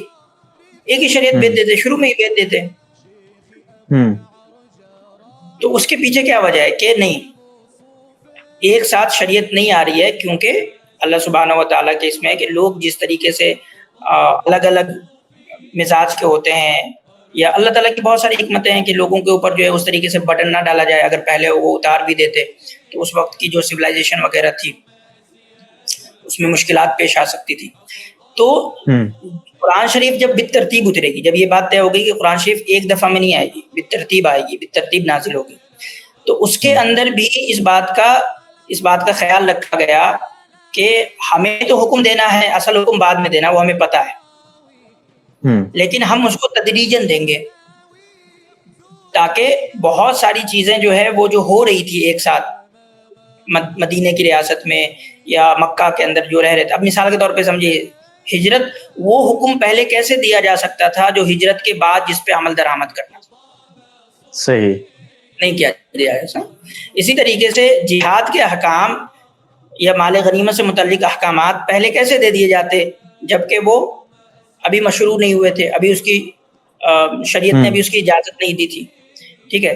اسی طریقے سے سیاسیات کے باب میں بہت سارے احکام، مثال کے طور پہ جو حدود اور تعزیرات کے احکام ہیں اس کو نافذ کرنے کا حکام ہے، وہ اس سے پہلے کیسے دے دیے جاتے جب تک کہ مسلمانوں کے پاس قوت نافذہ آئی نہیں تھی کہ وہ اس کو نافذ بھی کر سکتے تھے. تو وہ حالات تھے کہ جس کے تحت اللہ سبحانہ و تعالیٰ نے قرآن کو تدریجاً نازل کیا. اسی طریقے سے بہت سارے کیسز ایسے ہیں جو ایک خاص کانٹیکسٹ میں جو ہے وہ نازل ہوئے، جس کو ہم شان نزول کہتے ہیں. تو اگر وہ شان نزول نہیں ہوتا تو وہ اس آیت کو لنک نہیں کر سکتے تھے اس سے. تو آیت کے جیسے کہ سورہ مجادلہ ہے، اس کا اپنا ایک شان نزول ہے. اسی طریقے سے وہ آیت ہے جو جس میں حضرت زید رضی اللہ تعالیٰ کا نام آیا ہے. تو اب اس آیت کو جو مطلب منہ بیلے بیٹے کے ضمن میں جو آیت آئی، احکام نازل ہوئی ہے، اس کو کیسے اس واقعے سے پہلے نازل کیا جا سکتا ہے؟ نہیں کیا جا سکتا. یہ واقعہ چاہیے، خاص واقعہ چاہیے اس کے نزول کے لیے. تو اسی طریقے سے منسوخ آیتیں، جو منسوخ احکام آتے تھے، اس کے لیے خاص واقعہ جو ہے وہ پیدا ہونا چاہیے. مثال کے طور پہ پردے کے احکامات ہیں. ٹھیک ہے. مثال کے طور پہ جو ہے آپ سمجھیں منسوخ جو ہوتے ہیں وہ احکامات ہی ہوتے ہیں عام طور پہ، اور تو عام جو عقیدے کی چیزیں ہیں وہ تو منسوخ نہیں ہوتی، جو منسوخ ہوتے ہیں وہ احکام ہی ہوتے ہیں. اور احکام کا تعلق جو ہے وہ ایک فینومینا سے ہوتا ہے. جب وہ چیز ظاہر ہوتی ہے تو وہ احکام اس سے متعلق ہوتا ہے. تو یہ بالکل عقلی چیز ہے کہ قرآن اس اسلوب میں بات نہ کرے کہ لوگوں کو یہ لگے کہ یہ برڈن آ رہا ہے میرے اوپر، یا اچانک سے جو ہے یہ لگنے لگے کہ تمام چیزیں جو ہے وہ آ گئی ہیں. اور قرآن کو سمجھنے میں اب یہ بھی ہے کہ قرآن سے آگے ہمیں احکامات نکالنے ہیں اس کی علت کی بنیاد پہ. یعنی جو فقہ ہمارا جو پورا فقہ ہے وہ علت کی بنیاد پہ کام کرتا ہے، استنباط کرتے ہیں مسائل. اگر کوئی خاص واقعہ نہیں ہوتا تو اس سے استنباط کرنے میں بڑی مشکل آتی ہے ہمیں. اس کی ریلیونسی پھر جو ہے نا وہ جتنی بھی دکھ کے آتی ہے، تو ہم کہتے ہیں کہ بھئی قرآن جو ہے وہ ریلیونٹ ہے، اور قرآن جو ہے اس سے اگر تم کوئی بھی مسئلے لے کر آؤ تو ہم شریعت کے اندر سے احکام بتا دیں گے اس کے کہ اس کے کیا احکامات ہیں. تو ان سب چیزوں کے اندر ہمیں شان نزول یا سمجھ لیں کہ ناسخ اور منسوخ سے جو علتوں کا پتہ چلنا، احکامات کی نوعیت کیا ہے، اس کا نیچر کیا ہے، یہ تمام چیزیں کھل کر آئی. تو اس سے قرآن کے سمجھنے میں ہمیں آسانی پیدا ہوئی. ٹھیک ہو گیا، جزاک اللہ خیر. اگلا سوال ہے ہمارے پاس، کافی بڑا سوال ہے تو میں اس کو حصے کر کے کرتا ہوں. وہ یہ ہے کہ احرف کیا ہے اور قراءت کیا ہے، ان دونوں میں فرق بتا دیں. مطلب یہ ہیں کیا اور ان دونوں میں فرق کیا ہے، کیونکہ بہت سارے لوگ ان کو ایک ہی سمجھتے ہیں. ہاں، یہ سمجھیں کہ علوم القرآن کے اندر سب سے جو دقیق مسئلہ ہے وہ 7 حروف کا ہے کہ 7 حروف کیا. اور امام سیوطی رحمۃ اللہ علیہ نے کچھ 21 صحابہ کے نام گنوائے ہیں جن سے یہ حدیث مروی ہے. اور سمجھیں کہ یہ حدیث جو 7 حروف والی حدیث ہے وہ گویا کہ متواتر کے درجے میں ہے. لیکن یہ علوم القرآن میں سب سے پیچیدہ مضمون رہا ہے کہ اس سے مراد کیا ہے. اس کو سٹیپ بائی سٹیپ لے کے چلتے ہیں. آگے میں وہی سوال آپ سے کروں گا جو آپ ابھی کہنے جا رہے ہیں، لیکن ابھی یہ ہیں کیا، احرف کیا ہے، قراءت کیا ہے، پھر ان میں فرق کیا ہے، بس اس میں اتنا ابھی. تو حروف کیا ہے، اس کے متعلق جو ہے وہ سمجھے 35 سے زیادہ اقوال ملتے ہیں. امام قرطبی نے جو ہے وہ 35 سے زیادہ اقوال جو ہے وہ بیان کیے ہیں اس سے متعلق یہ احرف کیا ہے. اس میں سے میں صرف 2 سمجھیں کہ بیان کروں گا جو زیادہ یہ لگتا ہے. اور یہ مفتی ذوق عثمانی صاحب کی کتاب ہے علوم القرآن، اس میں یہ 2 رائے جو ہے وہ بیان ہوئی ہے. ایک رائے جو ہے وہ امام طحاوی رحمۃ اللہ علیہ کے حوالے سے بیان ہوئی ہے کہ امام طحاوی رحمۃ اللہ علیہ کی جو رائے ہے کہ احرف کیا ہے، وہ یہ فرماتے ہیں کہ احرف اصل میں جو ہے یعنی کہ قرآن جو ہے وہ لغت قریش پہ نازل ہوا تھا نا. جیسے کہ آخر دور میں جب حضرت عثمان رضی اللہ عنہ کے زمانے میں جب لکھا جا رہا تھا، قرآن شریف جمع کیا جا رہا تھا، تو اس میں کہا گیا تھا کہ لغت قریش کے مطابق لکھنا، جہاں اگر ڈسپیوٹ ہو جائے تو کہیں اور میں نا. تو اصلاً جو ہے وہ لغت قریش پہ نازل ہوا، لیکن اللہ سبحانہ و تعالیٰ نے اس کی اجازت دی کہ لوگ اپنے علاقائی زبان میں بھی مترادف الفاظ کے ساتھ اس کو پڑھ سکتے ہیں. یہ ایک اجازت تھی. ٹھیک ہے. اور یہ اجازت جو ہے وہ آخر میں ختم کر دی گئی اور صرف وہ طریقہ باقی رہا جو اللہ کے رسول صلی اللہ علیہ وسلم نے عرض اخیرہ میں حضرت جبرائیل علیہ السلام کے ساتھ دور کیا تھا اس کا. ٹھیک ہے.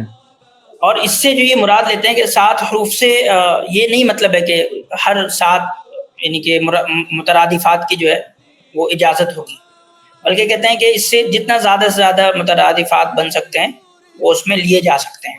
اور یہ وہ کہتے ہیں کہ یہ آسانی کے لیے جو ہے وہ بنایا گیا تھا. تو امام طحاوی رحمۃ اللہ علیہ کی یہ ایک رائے ہے. لیکن اس میں تھوڑے سے مسئلے یہ الجھن ایک باقی یہ رہ جاتا ہے کہ اگر 7 احرف جو ہے وہ کوئی ایک سمجھے فضل تھا اور اللہ سبحانہ و تعالیٰ کی طرف سے ایک اجازت تھی کہ لوگ اپنے اپنے مقامی مترادفات میں اس کو جو ہے ادا کر سکتے ہیں، اور پھر وہ جب یوز ٹو ہو گئے صحابہ اور جب لوگوں کے اندر جو ہے متداول ہو گیا قرآن شریف، اس کو پڑھنا جو ہے وہ بالکل لوگ اس کے اسلوب سے سب چیزوں میں سمجھ گئے، تو یہ چیز ختم ہو گئی. تو پھر سوال ہے کہ ہمارے پاس جو موجودہ دور میں قرأت پائے جاتے ہیں وہ کیا ہیں، وہ اختلافات کس درجے کے ہیں. یہ ایک الجھن رہتی ہے، اس پہ زیادہ کلام نہیں کیا ہے امام طحاوی نے. اگر اس پہ بھی اگر اس زاویے سے اس دلیل کو اور تھوڑی سی مضبوط بنائی جائے کہ کیا یہ ایک ہی جو حروف تھے لغت قریش، اس سے کیسے یہ سمجھے کہ متفرق قرأت نکل سکتی ہے، یہ ایک الجھن باقی رہتی ہے. اس کے بعد انہوں نے جو ایک دوسرا بیان کیا ہے اور اس کو وہ انہوں نے راجح سمجھا ہے، وہ یہ ہے کہ قرآن کے 7 حروف سے مطلب یہ ہے کہ 7 الگ الگ نوعیتوں کا اختلاف. ٹھیک ہے. اور اس میں جو ہے پھر وہ بہت سارے علماء کے نام بھی گنواتے ہیں کہ مثال کے طور پہ کہیں گے انہوں نے ذکر کیا، امام مالک کا ذکر کیا ہے، علامہ نظام الدین نشاپوری رحمۃ اللہ علیہ کا ذکر کیا ہے کہ یہ لوگ جو ہے وہ اسی قول کے ماننے والے ہیں کہ اس میں 7 حروف سے مراد جو ہے وہ 7 الگ الگ نوعیتوں کا اختلاف ہے. پھر اس میں اب بات آتی ہے کہ وہ 7 الگ الگ نوعیتیں کیا ہے، تو اب اس میں بھی اختلاف ہوتا ہے کہ ٹھیک ہے 7 نوعیتیں تو ہیں لیکن وہ 7 نوعیتیں کیا ہیں اختلاف کی. تو اب اس میں بھی الگ الگ لوگوں نے جو ہے وہ اس کو الگ الگ طریقے سے بیان کیا ہے. تو بہرحال اس میں جو 7 حروف سے سمجھنے کی بات ہے اس کا جو خلاصہ ہے وہ یہ ہے کہ قرآن کی تلاوت میں کچھ ڈفرینسز کو، کچھ اختلافات کو، کچھ الگ نوعیتوں کو اللہ سبحانہ و تعالیٰ نے مشروع کیا ہے کہ قرآن کو پڑھنے کا صرف ایک طریقہ نہیں ہے. قرآن کو پڑھنے کے مختلف طریقے ہیں، مختلف قسم کے اختلافی نوعیتیں ہیں. اب وہ اختلافی نوعیتیں کس قسم کے ہیں وہ ایک اب الگ تحقیق کا موضوع ہے. صحیح. مطلب اس میں ہمارے پاس کوئی ڈیفینیٹ انفارمیشن نہیں ہے کہ قریش کے ڈائلیکٹ کے علاوہ باقی کون سے ڈائلیکٹ تھے، اور وہ کیا کسی خاص علاقوں کے ڈائلیکٹ سے، مطلب مثال کے طور پہ قریش کا ڈائلیکٹ الگ ہو گیا، مصر کا الگ ہو گیا، ایران کا الگ ہو گیا، میں مثالیں دے رہا ہوں. تو یہ 6-7 علاقوں کے ہو گئے، اس کے علاوہ باقی لوگوں کو اجازت نہیں دے گی، اور وہ نبی صلی اللہ علیہ وسلم کی زندگی میں اٹھا لی گئی یا اس کے بعد، جیسا کہ اکثر اعتراض کیا جاتا ہے کہ حضرت عثمان رضی اللہ عنہ کے دور میں وہ باقی جو 6 حرف تھے وہ ختم ہو گئے اور ایک جو قریش کا ڈائلیکٹ تھا اس کو جاری کر دیا گیا. تو یہ اس میں میرے جو علم میں ہے وہ یہ ہے کہ جیسے علامہ جزری ہو گئے، حضرت ابن عباس رضی اللہ عنہ کو قول بھی ایک کوٹ کیا جاتا ہے اس میں کہ وہ عرضہ اخیرہ جو آپ نے ذکر کیا کہ اس میں نبی صلی اللہ علیہ وسلم کا جو دورہ قرآن تھا جبرائیل علیہ السلام کے ساتھ جو 2 بار ہوا وہ خالی قریش کے ڈائلیکٹ میں تھا. تو اس سے وہ لوگ ڈیڈیوز کرتے ہیں، اخذ کرتے ہیں یہ چیز کہ باقی 6 حرف جو ہے وہ انہوں نے امپلائی کیا کہ اب اس کے بعد وہ نہیں جاری رہیں گے، صرف قریش کا ڈائلیکٹ جاری رہے گا. لیکن پھر ہمارے پاس جب بخاری کی شریف کی حدیث آتی ہے کہ حضرت عثمان رضی اللہ عنہ کے دور میں جو قرآن پاک کو ختم کیا گیا، جلایا گیا باقیوں کو، تو اس میں وہ باقی 6 ختم ہو گئے، ایک رہ گیا. تو اس کو کیسے ریکنسائل کریں گے آپ؟ یہ جیسے بھی میں نے امام طحاوی کے حوالے سے میں نے جو بات کی تو یہ اس سے ملتی جلتی تشریح ہے جو امام طحاوی نے پیش کی. لیکن پھر اس میں جو ایک الجھن ہے کہ اگر اس سے آپ ایک یعنی قرت کے اندر ایک ثانیت مراد لے رہے ہیں تو پھر ابھی ہمارے پاس ایک سے زیادہ قرت کیوں ہے؟ یہ ایک الجھن جو ہے وہ باقی رہتی ہے. امام سیوطی رحمۃ اللہ علیہ نے الاتقان میں جو ہے وہ 3 موقع بیان کیے ہیں کہ اس کے بارے میں کیا ہے کہ کیا جو حضرت عثمان رضی اللہ تعالیٰ عنہ کا مصحف تھا وہ یعنی کہ حروف صفا پر مشتمل تھا یا نہیں تھا. ٹھیک ہے. تو ایک تو کچھ یہ قول یعنی بیان کیا ہے کہ نہیں تھا. ٹھیک ہے. اس میں صرف ایک ہی تھا. ایک نے کہا ہے کہ نہیں مطلب سب کے سب تھے. لیکن یہ دونوں قول تھوڑے سے یہ ہیں اس وجہ سے ہیں کہ دیکھیں جو مصحف عثمان میں جو بات آئی تھی وہ یہ آئی تھی کہ کوشش کرو کہ زیادہ سے زیادہ قرأت کو اس میں شامل کیا جائے. جہاں اختلاف ہو جائے انسٹرکشنز کیا تھے کہ جہاں اختلاف ہو جائے کہ ہم اگر اس کو اس طریقے سے لکھیں گے تو صرف اس میں ایک ہی قرأت آ سکتی ہے. ہمارے پاس لکھنے کے مطلب اس کو جب ہم اسکرپٹ میں لا رہے ہیں قرأت کو تو اس میں ہم ساتوں قرأت کو انکارپوریٹ نہیں کر سکتے. تو وہاں پہ یہ انسٹرکشن تھا کہ پھر ایسی حالت میں صرف قریش کی لغت کو لو اور قریش کے اعتبار سے لکھو, ورنہ کوشش یہ ہونی چاہیے کہ آپ زیادہ سے زیادہ قرأت کو اس کے اندر انکارپوریٹ کریں. اور یہ بات زیادہ قرین قیاس ہے کہ یہ چیز ختم نہیں ہوئی بلکہ 7 احرف کا اکثر حصہ جو ہے وہ مصحف عثمانی میں آ گیا ہے. تو یہ کہنا کہ پورا کا پورا آ گیا ہے یہ بھی جو ہے وہ اس حدیث کے اعتبار سے کہ جہاں اختلاف ہو جائے وہاں قریش لغت قریش کے اعتبار سے لکھا جائے اس کی تشریح کے حساب سے فٹ نہیں بیٹھتا. اور دوسرا یہ بھی کہ نہیں لغت قریش کے علاوہ کچھ آیا ہی نہیں ہے, یہ بھی جو ہے وہ ایک مطلب سمجھیں کہ راج انٹرپریٹیشن نہیں لگتا. اچھا, وہ یہ بھی کہتے ہیں کہ لغت قریش کے علاوہ حرف آئے ہی نہیں ہے. لیکن پھر ہمارے پاس جو حدیث ہے وہ جس میں جبرائیل علیہ السلام کے 4 بار آنے کا ذکر ہے اور 7 حرف کا, جی. اس کا کیا کریں؟ اس حدیث کو کس طرح ریکنسائل کریں گے آپ؟ اس کو اس طرح سے کرتے ہیں کہ یہ شروع دور میں نبی علیہ الصلوۃ والسلام نے کہا تھا کہ ہماری امت کو جو ہے وہ مشکلات کا سامنا پیش ہے. تو اصل تو قریش لغت یعنی کہ جو قریش کی لغت تھی وہ اصل تھی اور پہلی بار تو وہی آئی تھی. ہاں وہی تھی اور اصل وہی تھی. لیکن اللہ کے نبی صلی اللہ علیہ وسلم نے جو ہے وہ اپنے امت کے حالات دیکھتے ہوئے اللہ تعالیٰ سے جو ہے فضل و احسان کا مطالبہ کیا تو اللہ سبحانہ و تعالیٰ نے الگ الگ ڈائلیکٹ یعنی کہ الگ الگ حروف کی اجازت دے دی. اب الگ الگ حروف کی اجازت ہو گئی لیکن وہ فضل اور احسان تھا, اصل تو قریش کی لغت تھی. تو کوشش یہ کی گئی حضرت عثمان رضی اللہ تعالیٰ عنہ کے زمانے میں کہ ہم تمام کے تمام حروف کو اس میں انکارپوریٹ کریں جو رسم عثمانی ہے. لیکن جہاں نہیں ہو رہا ہے, جہاں نہیں ہو پائے گا تو ہم کوشش کریں گے لغت قریش کو پرائورٹائز کرنے کی. اس کے ساتھ جتنا ہو جائے اتنے کو ہم لے لیں گے, جتنا چھوٹ جائے اتنے کو ہم چھوڑ دیں گے. اچھا, اس میں ایک اور چیز ہے کہ جو قراءات ہیں بیسیکلی زیادہ تر جو میرے علم میں ہے 90% ان میں جو اختلافات ہیں وہ حرکات کے ہیں, فتح کسرہ اور ضمہ کی.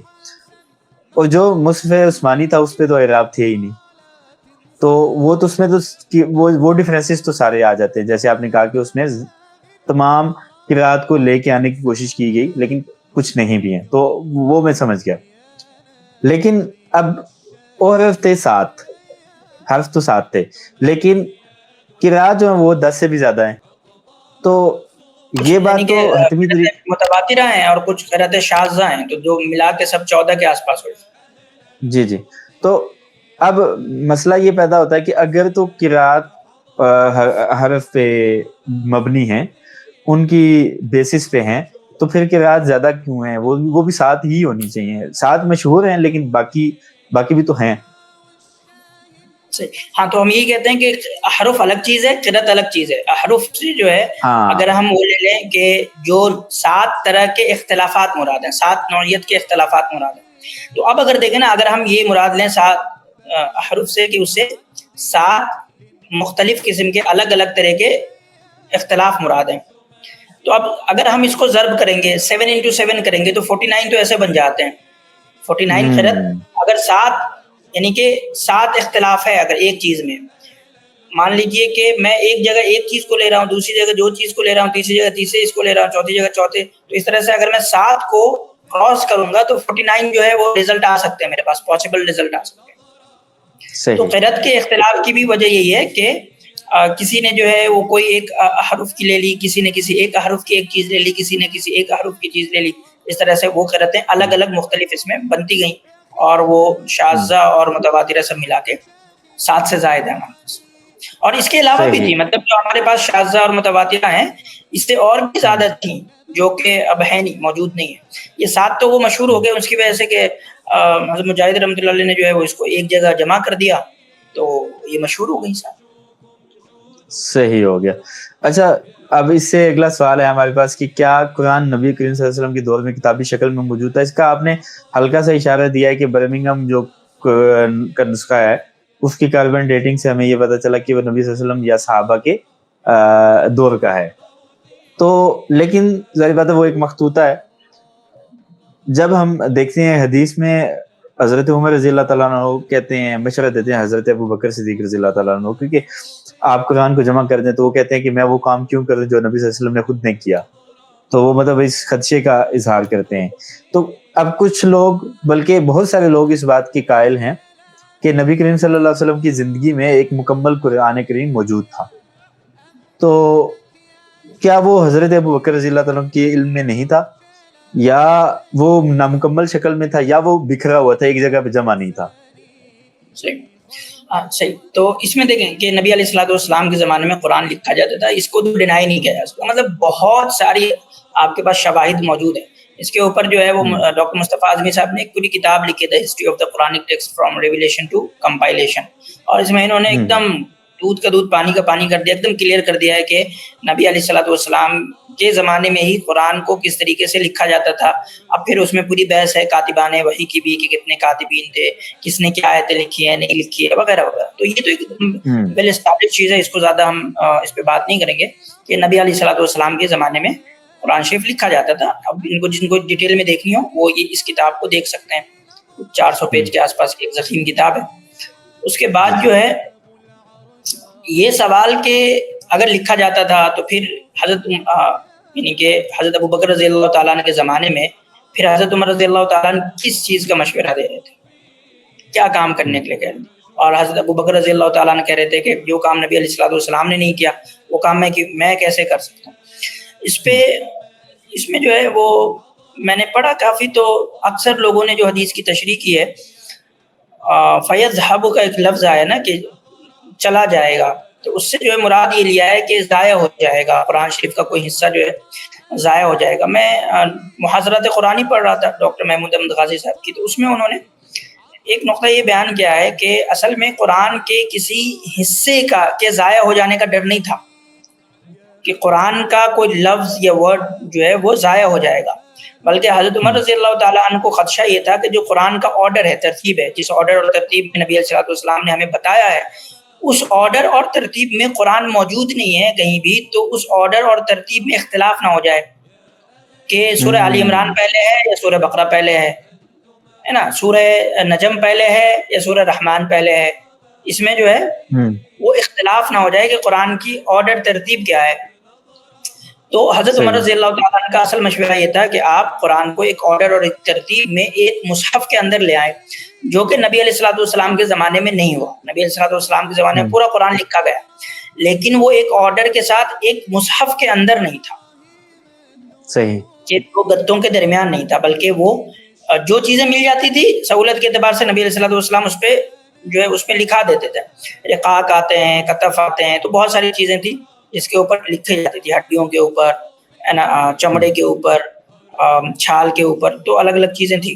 حضرت عمر رضی اللہ تعالیٰ عنہ کا مشورہ ہے کہ جو کہ مجھے زیادہ سوٹیبل لگتا ہے ڈاکٹر محمود احمد غازی صاحب کی رائے, کہ قرآن کے آرڈر کو ایک جگہ ایک مصحف میں نقل کر دیا جائے, تاکہ اگر کبھی آرڈر کا کوئی مسئلہ پیدا ہو تو ہم جو ہے وہ چیک کر لیں.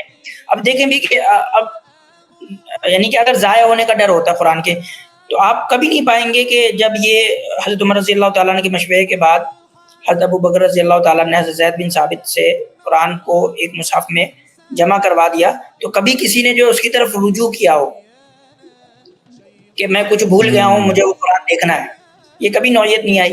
مطلب دوسری مرتبہ جو ہے وہ حضرت عثمان رضی اللہ تعالیٰ عنہ کے زمانے میں جو ہے وہ مصحف پھر منگوایا گیا حضرت حفصہ رضی اللہ تعالیٰ عنہ سے. تو یہ بات زیادہ قرین قیاس ہے کہ وہ آرڈر پہ جو ہے وہ حضرت عمر رضی اللہ تعالیٰ زور دے رہے تھے کہ قرآن کو ایک آرڈر میں ایک مصحف کے اندر لا کے جمع کر دیا جائے، جو نبی علیہ الصلوۃ والسلام کے زمانے میں نہیں ہوا تھا. اس لیے حضرت ابو بکر کہہ رہے تھے کہ وہ کام میں کیسے کر سکتا ہوں جو رسول اللہ نے نہیں کیا. صحیح. اچھا، اس ضمن میں جو حضرت عثمان رضی اللہ تعالیٰ عنہ کو جامع القرآن بھی کہا جاتا ہے، اور پھر انہوں نے جو باقی تمام نسخے منگوا کر ایک عثمانی جو مصحف تھا اس کو تمام اپنے جو جہاں جہاں گورنر ان کے موجود تھے، جہاں جہاں اسلامی سلطنت تھی، وہاں پہ انہوں نے بھجوا دیا. اس بات پہ بہت ہی شدید قسم کا واویلا اور پروپیگنڈا کیا جاتا ہے کہ جی انہوں نے جو جلا کے ختم کیا تھا اس سے قرآن ضائع ہو گیا. تو اس دعوے میں کتنی صداقت ہے؟ اور حرف پہ تو ہم نے بات کر لی کہ ایک رائے یہ آتی ہے کہ 6 حرف اس ٹائم پہ ختم کر دیے گئے، لیکن اس کے بارے میں بھی ہمیں پتہ ہے کہ نبی صلی اللہ علیہ وسلم کے حیات طیبہ میں وہ جو 6 تھے ان کا استعمال پریکٹیکلی ختم ہو گیا تھا، اور امپلائڈ کر دیا گیا تھا کہ یہ 6 نہیں رہیں گے اور صرف قریش کا چلے گا. اور اس پہ آپ نے بھی جو رائے تھی وہ بیان کی. لیکن اس کی کیا سگنیفیکینس تھی اس ایونٹ کی کہ جب انہوں نے باقی تمام مصاحف منگوا کر ان کو جلا دیا اور ایک سٹینڈرڈ کر دیا قرآن کریم کو؟ ایک اس میں یہ جو میرے نالج میں ہے وہ یہ ہے کہ ایک صحابی آتے ہیں، وہ حضرت عثمان رضی اللہ تعالیٰ عنہ کو بہت ہی خوفزدہ انداز میں وہ کہتے ہیں کہ میں نے قرآن کریم کی تلاوت میں بہت ساری غلطیاں دیکھی ہیں، کہیں پہ دور دراز علاقے سے آتے ہیں، تو اس لیے اب اس کا کچھ کرو ورنہ یہ فتنہ پھیل جائے گا. تو یہ بیسک موٹیو تھا جس کے لیے حضرت عثمان رضی اللہ تعالیٰ نے یہ سارا کام کیا. آپ اس بارے میں کیا کہتے ہیں؟ دیکھیں، ہمیں سمجھنا ہے کہ اب یہ بھی سوال ہے کہ حضرت ابو بکر رضی اللہ تعالیٰ عنہ کے زمانے میں جو کام ہوا اور حضرت عثمان رضی اللہ تعالیٰ عنہ کے زمانے میں جو کام ہوا اس میں کیا فرق کیا تھا اور وہ ہوا کیوں. تو ابھی جیسے میں نے بیان کیا کہ جو مطلب مجھے زیادہ سوٹیبل لگ رہا ہے ڈاکٹر محمود احمد غازی صاحب کی بات کہ وہ آرڈر کا کمپائلیشن تھا کہ ایک مصحف میں لا کے رکھ دیا جائے، یہ حضرت ابو بکر رضی اللہ تعالیٰ عنہ کے زمانے. لیکن ہمیں پتہ ہے کہ عرب کے اندر کوئی اسٹینڈرڈ اسکرپٹ نہیں تھا، عرب کا کوئی ایک اسٹینڈرڈ اسکرپٹ نہیں تھا. لوگ اپنے اپنے تئیں جو ہے وہ الگ الگ اسکرپٹ کے اندر الگ الگ طریقے سے عربی کو لکھتے تھے.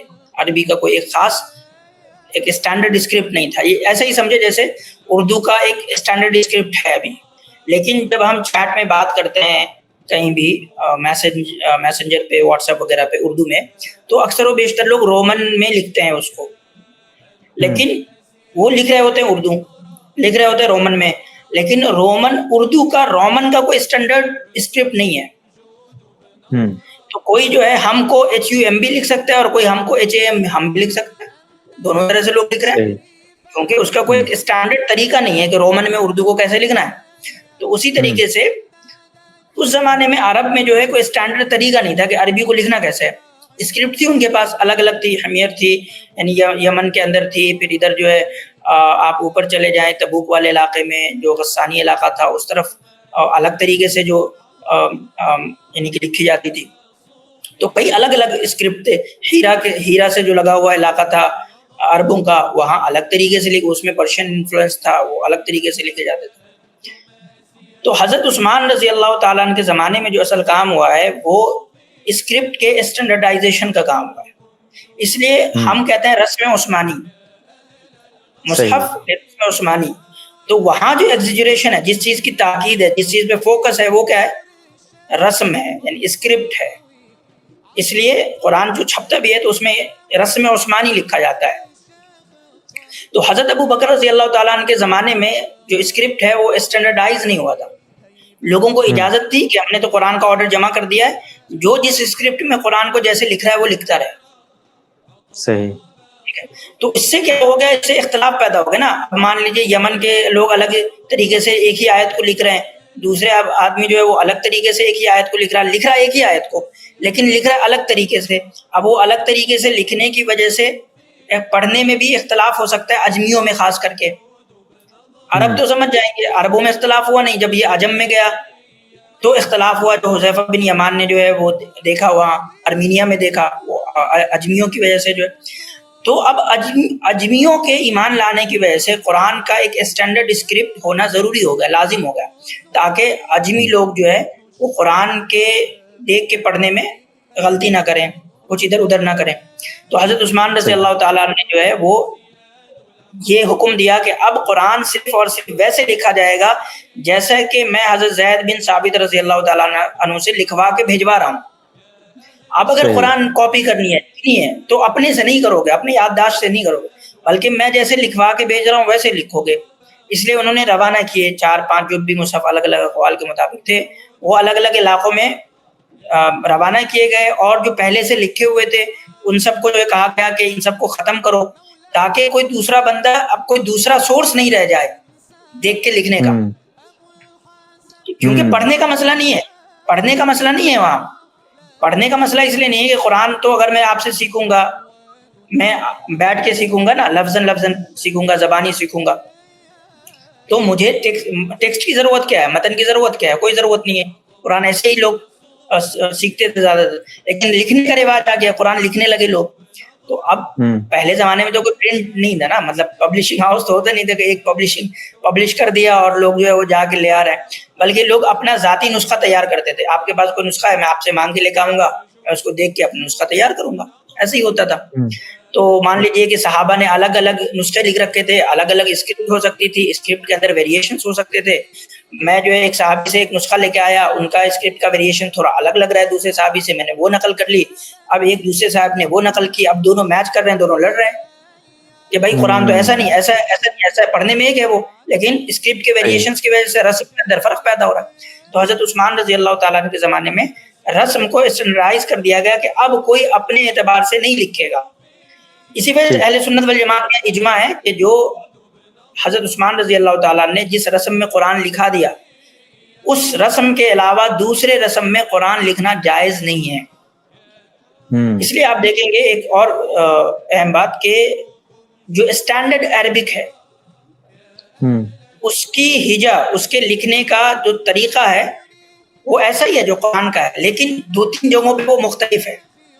مثال کے طور پہ آپ جو حضرت زید بن ثابت رضی اللہ تعالیٰ نے لکھا ہے اس میں ایک جگہ بعید کا لفظ ہے, عید ہاتھ کے معنی میں, بعید و انا لموسعون, اس میں یعنی کہ اسٹینڈرڈ عربک میں عید جو ہے وہ ایک یا کے ساتھ ہوتا ہے, ایک دفعہ آپ ایسے کر کے ایسے اور دال آگے لگا دیں گے آپ.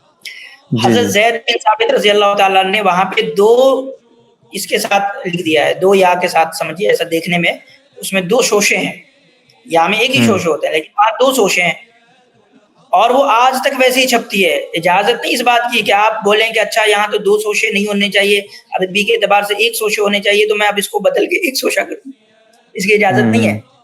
حضرت زید بن ثابت رضی اللہ تعالیٰ نے 2 شوشے کے ساتھ بعید و انا لموسعون لکھا ہے, ویسے لکھنی ہے آپ کو.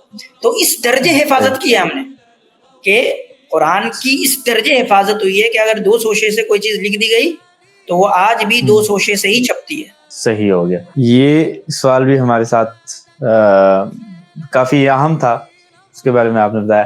اب یہ تھوڑا سا فنی کہہ سکتے ہیں اس کو, لیکن جب ہم دیکھتے ہیں کہ تاریخی تناظر میں اس کی اہمیت کیا ہے اور کس حد تک اس پہ بنیادیں کھڑی کی گئیں قرآن پہ اعتراضات کی, تو وہاں پہ یہ ہمیں چھوٹا نہیں لگتا. وہ ہے بکری کا واقعہ. اقبال نے فرمایا تھا کہ یوں تو چھوٹی ہے بات بکری کی, دل کو لگتی ہے بات بکری کی. وہ بکری کا واقعہ جو حدیث میں آتا ہے کہ وہ قرآن یا وحی کو اس نے ضائع کر دیا, وہ کھا گئی, کہ جیسے عائشہ رضی اللہ تعالیٰ عنہا کی حدیث ہے اس بارے میں کہ وہی ہمارے پاس موجود تھی اور بکری آئی اس کو کھا گئی. اب اس پہ بہت ہی مختلف اور متنوع قسم کے اعتراضات سننے کو ملتے ہیں, اور اس کے جواب بھی یقیناً مجھے بھی تھوڑے بہت معلوم ہے, لیکن میں چاہتا ہوں کہ آپ اس پہ تفصیل سے واقع کریں, اور یہ اعتراض کتنا کھوکھلا ہے اس کو تھوڑا سا واضح کریں. اس میں سب سے پہلے یہ کہ بکری کھا گئی تو کیا ہو گیا, اگر مجھے یاد ہے تو میں دوبارہ لکھ لوں گا. نہیں, پہلے واقعہ پورا کریں کہ واقعہ کیا ہوا تھا, اور وہاں پہ لفظ قرآن کا تھا, وحی کا تھا, کیا چیز تھی جو اس پیپر پہ لکھی گئی تھی. ہمیں تو یہ میری اسٹریم میں بھی کچھ دن پہلے بھی ایک بندہ آیا تھا, ایک غیر مسلم تھا, وہ یہ حدیث لے کر آیا تھا, تو وہاں آیت کا لفظ ہے, تو وہ تو مطلب کہہ رہا ہے کہ اس میں وہ تو ہماری تشریح کو ماننے ذرا. تو میں نے یہ کہا کہ اس میں دکھاؤ کہ کہاں لکھا ہے قرآن, اس پوری حدیث میں لکھا ہے کہ قرآن کی آیت کہاں لکھا ہے, صرف آیت لکھا ہے. تو بہرحال وہ اب وہ سمجھنے کو تیار نہیں, تو میں ایسے ہی سمجھا سکتا ہوں اس کو کہ بھائی تمہیں لگ رہا ہے کہ اس حدیث میں کہاں لکھا ہوا ہے کہ قرآن کی آیت تھی وہ، بس اس میں تو لکھا ہوا آیت تھی وہ. ٹھیک، بہرحال تو پورا واقعہ یعنی حدیث اسی طریقے سے کہ حضرت عائشہ رضی اللہ تعالیٰ عنہ جو ہے وہ روایت کرتی ہیں کہ رضاعت کی جو آیتیں تھیں وہ میرے تکیے کے نیچے تھی اور وہ بکری نے کھا لیا. تو رضاعت کی جو آیتیں وہ تو یاد تھی حضرت عائشہ کو، وہ خود ہی بتا رہی ہیں، وہ خود ہی راوی ہیں اس کی، وہ آیت کیا تھی وہ ان کو یاد ہے. تو اگر وہ قرآن مطلوع کیا یعنی کہ حصہ ہوتا کہ جس کو مصحف کے اندر لانا ہے تو حضرت عائشہ لے آتی، وہ تو بہت سارے لوگوں کو یاد تھا. جب پہلی مرتبہ کمپائلیشن ہوا قرآن کا تو حضرت عائشہ تو زندہ تھی. جب دوسری مرتبہ لکھا گیا حضرت زید بن ثابت رضی اللہ تعالیٰ نے حضرت عثمان کے زمانے میں لکھا، اس وقت حضرت عائشہ زندہ تھی. اور جو حضرت ابو بکر رضی اللہ تعالیٰ عنہ کے زمانے میں لکھا گیا تو وہ تو ویریفائی ہوتا تھا، پہلے اورلی ویریفائی ہوتا تھا، مطلب کہ لکھی ہوئی چیزیں تو ہمارے لیے بعد میں ہوتی تھی، پہلے جو ہوتی تھی وہ ساتھ اورلی ویریفائی کرتے تھے. اور اس پورے پروسیس میں کہیں جو ہے وہ اس آیت کا تذکرہ نہیں آ رہا، سمجھ رہے. تو اگر یہ آیت، اب یہ حدیث اصل میں جیسا بھی ناسخ منسوخ میں بات کی تھی کہ ناسخ منسوخ کا جو پورا مقدمہ ہے وہ اصل میں قرآن کی حفاظت کو ثابت کرتا ہے. تو یہ بھی جو حدیث ہے وہ قرآن کی حفاظت کو ثابت کرتا ہے کہ ایک آیت آئی تھی لیکن اللہ سبحانہ و تعالیٰ نے اس کو مصحف کے اندر سے ہٹوا دیا کہ وہ وحی مطلوع میں شامل نہیں ہوگی. تو صحابہ کو یہ معلوم ہوتے ہوئے بھی کہ یہ قرآن کی آیتیں تھی اس کو شامل نہیں کیا، کیونکہ ان کو پتا تھا کہ یہ وحی مطلوع سے نکال دی گئی ہے. تو اس بات کو قرآن کے ضائع ہو جانے کی دلیل بنانا مجھے نہیں سمجھ میں آ رہا کہ وہ کیسے بنا سکتے ہیں اس کو. صحیح. اچھا، اس میں جو میں نے تھوڑا سا پڑھا تھا، کافی وقت ہو گیا تو ایگزیکٹلی ہو سکتا ہے میں ورڈز کوٹ نہ کر سکوں، لیکن امام الباقلانی رحمہ اللہ اس میں کہتے ہیں کہ کتنا مطلب ایک کھوکھلا اور بکواس قسم کا اعتراض ہے کہ ہزاروں صحابہ کرام جنہوں نے قرآن کو حفظ کیا ہوا ہے وہ بکری کے کھا جانے سے کیا ان کے دماغوں سے بھی وہ چلا جائے گا؟ تو مطلب وہ اعتراض حضرت عائشہ کو یاد ہے، اگر کھا کے دوسرے دن میں لکھ لیں گی وہ. ایسے سمجھیں کہ میرا کوئی بہت امپورٹنٹ چیز ہے، میرا کوڈ ہے جو مجھے یاد کر کے کہیں رکھنا ہے اور وہ میرے کمرے میں جل جائے یا میرا جو ہے وہ پیٹ اس کو کھا جائے، کچھ کر دے یا پانی میں وہ گل جائے تو میں کیا کروں گا؟ اگر وہ میرے لیے اہم چیز ہے، مجھے یاد ہے، میں دوبارہ لکھ کے رکھ لوں گا اس کو. چلے یہ بھی ہو گیا. اگلا سوال یہ ہے ہمارے پاس کہ قرآن میں اور حدیث میں حفاظت کے اعتبار سے فرق کیوں ہے، حالانکہ دونوں ہم تک صحابہ کرام رضوان اللہ علیہم اجمعین کے تھرو پہنچے ہیں؟ تو ایک میں جو حفاظت ہے وہ الگ طرح سے ہے، دوسرے میں حفاظت الگ طرح سے ہے. اچھا، یہ ایک الگ بحث ہے کہ ہمارے پاس جو ضعیف اور موضوع حدیث ہیں، ویسے تو ان کو ایک سینٹینس میں بھی نہیں کہنا چاہیے، موضوع حدیث کے بارے میں کہتے ہیں کہ جو لوگوں نے گھڑی جن کے بارے میں پتہ ہے. ہمارے علماء کی ذمہ داری اور دیانتداری کا ثبوت دیکھیں کہ انہوں نے اس کو بھی ختم نہیں کیا، وہ بھی کتابوں میں اسی طرح موجود ہے، بس ان کے ساتھ لگا دیا کہ یہ حدیث جو ہے گھڑی ہوئی ہے، ان کو بھی ختم نہیں کیا. تو مین سوال جو ہے یہ کہ وہ دونوں میں حفاظت کے اعتبار سے فرق کیا ہے، ٹھیک ہے، جبکہ سورس ایک ہے. جی، یہ جو ہم نے شروع میں جو بحث کی تھی نا وحی کی تقسیم کی، تو اس وحی کی تقسیم کے وجہ سے حفاظت کے میکانزم پہ بھی فرق پڑا ہے. ایک تو یہ کہ وحی مطلوع ہونے کی وجہ سے قرآن کے حفاظت کا میکانزم زیادہ روبوسٹ ہوگا، وہ تواتر کے درجے پہ پہنچ جائے گا. مطلب کہ ہم کہتے ہیں پورا قرآن جو ہے وہ قطعی الثبوت ہے، یعنی کہ تواتر کے ساتھ آیا ہے. ایک خبر ہے، خبر جو ہے یا تو وہ تواتر سے پہنچے گا یا وہ تواتر سے نہیں پہنچے گا. تو قرآن کی جو نوعیت ہے اور وہ وحی مطلوع ہونے کی وجہ سے یہ اس کا ایک لازمی نتیجہ ہے کہ وہ تواتر کے ساتھ ہم تک پہنچے. صحیح، ٹھیک ہے. اس کی وجہ کیا ہے؟ یہ ایک تو یہ ہے کہ اس کو صحابہ کرام رضی اللہ تعالیٰ اپنے روزمرہ کی زندگی میں لے رہے ہیں اور وہ ایک چھوٹا سا حصہ ہے، اس کو یاد کرنا لازم ہے نماز میں پڑھنے کے لیے، ٹھیک ہے. اور وہ اس کا پڑھنا اپنے آپ میں ایک عبادت ہے. نبی علیہ الصلوۃ والسلام اس کی تلاوت کرواتے آ رہے ہیں، اس کی ایک الگ طرح کی جو ہے فضیلتیں آئی ہے تلاوت کی. تو یہ تمام فیکٹرز ملنے کے بعد جو ہے وہ ایک لازمی نتیجہ تھا کہ اس کی حفاظت، اس کی منتقلی تواتر کے درجے میں ہو. وہی مطلوب ہے تو وہ تواتر کے درجے میں ہی ہم تک پہنچے گا. صحیح.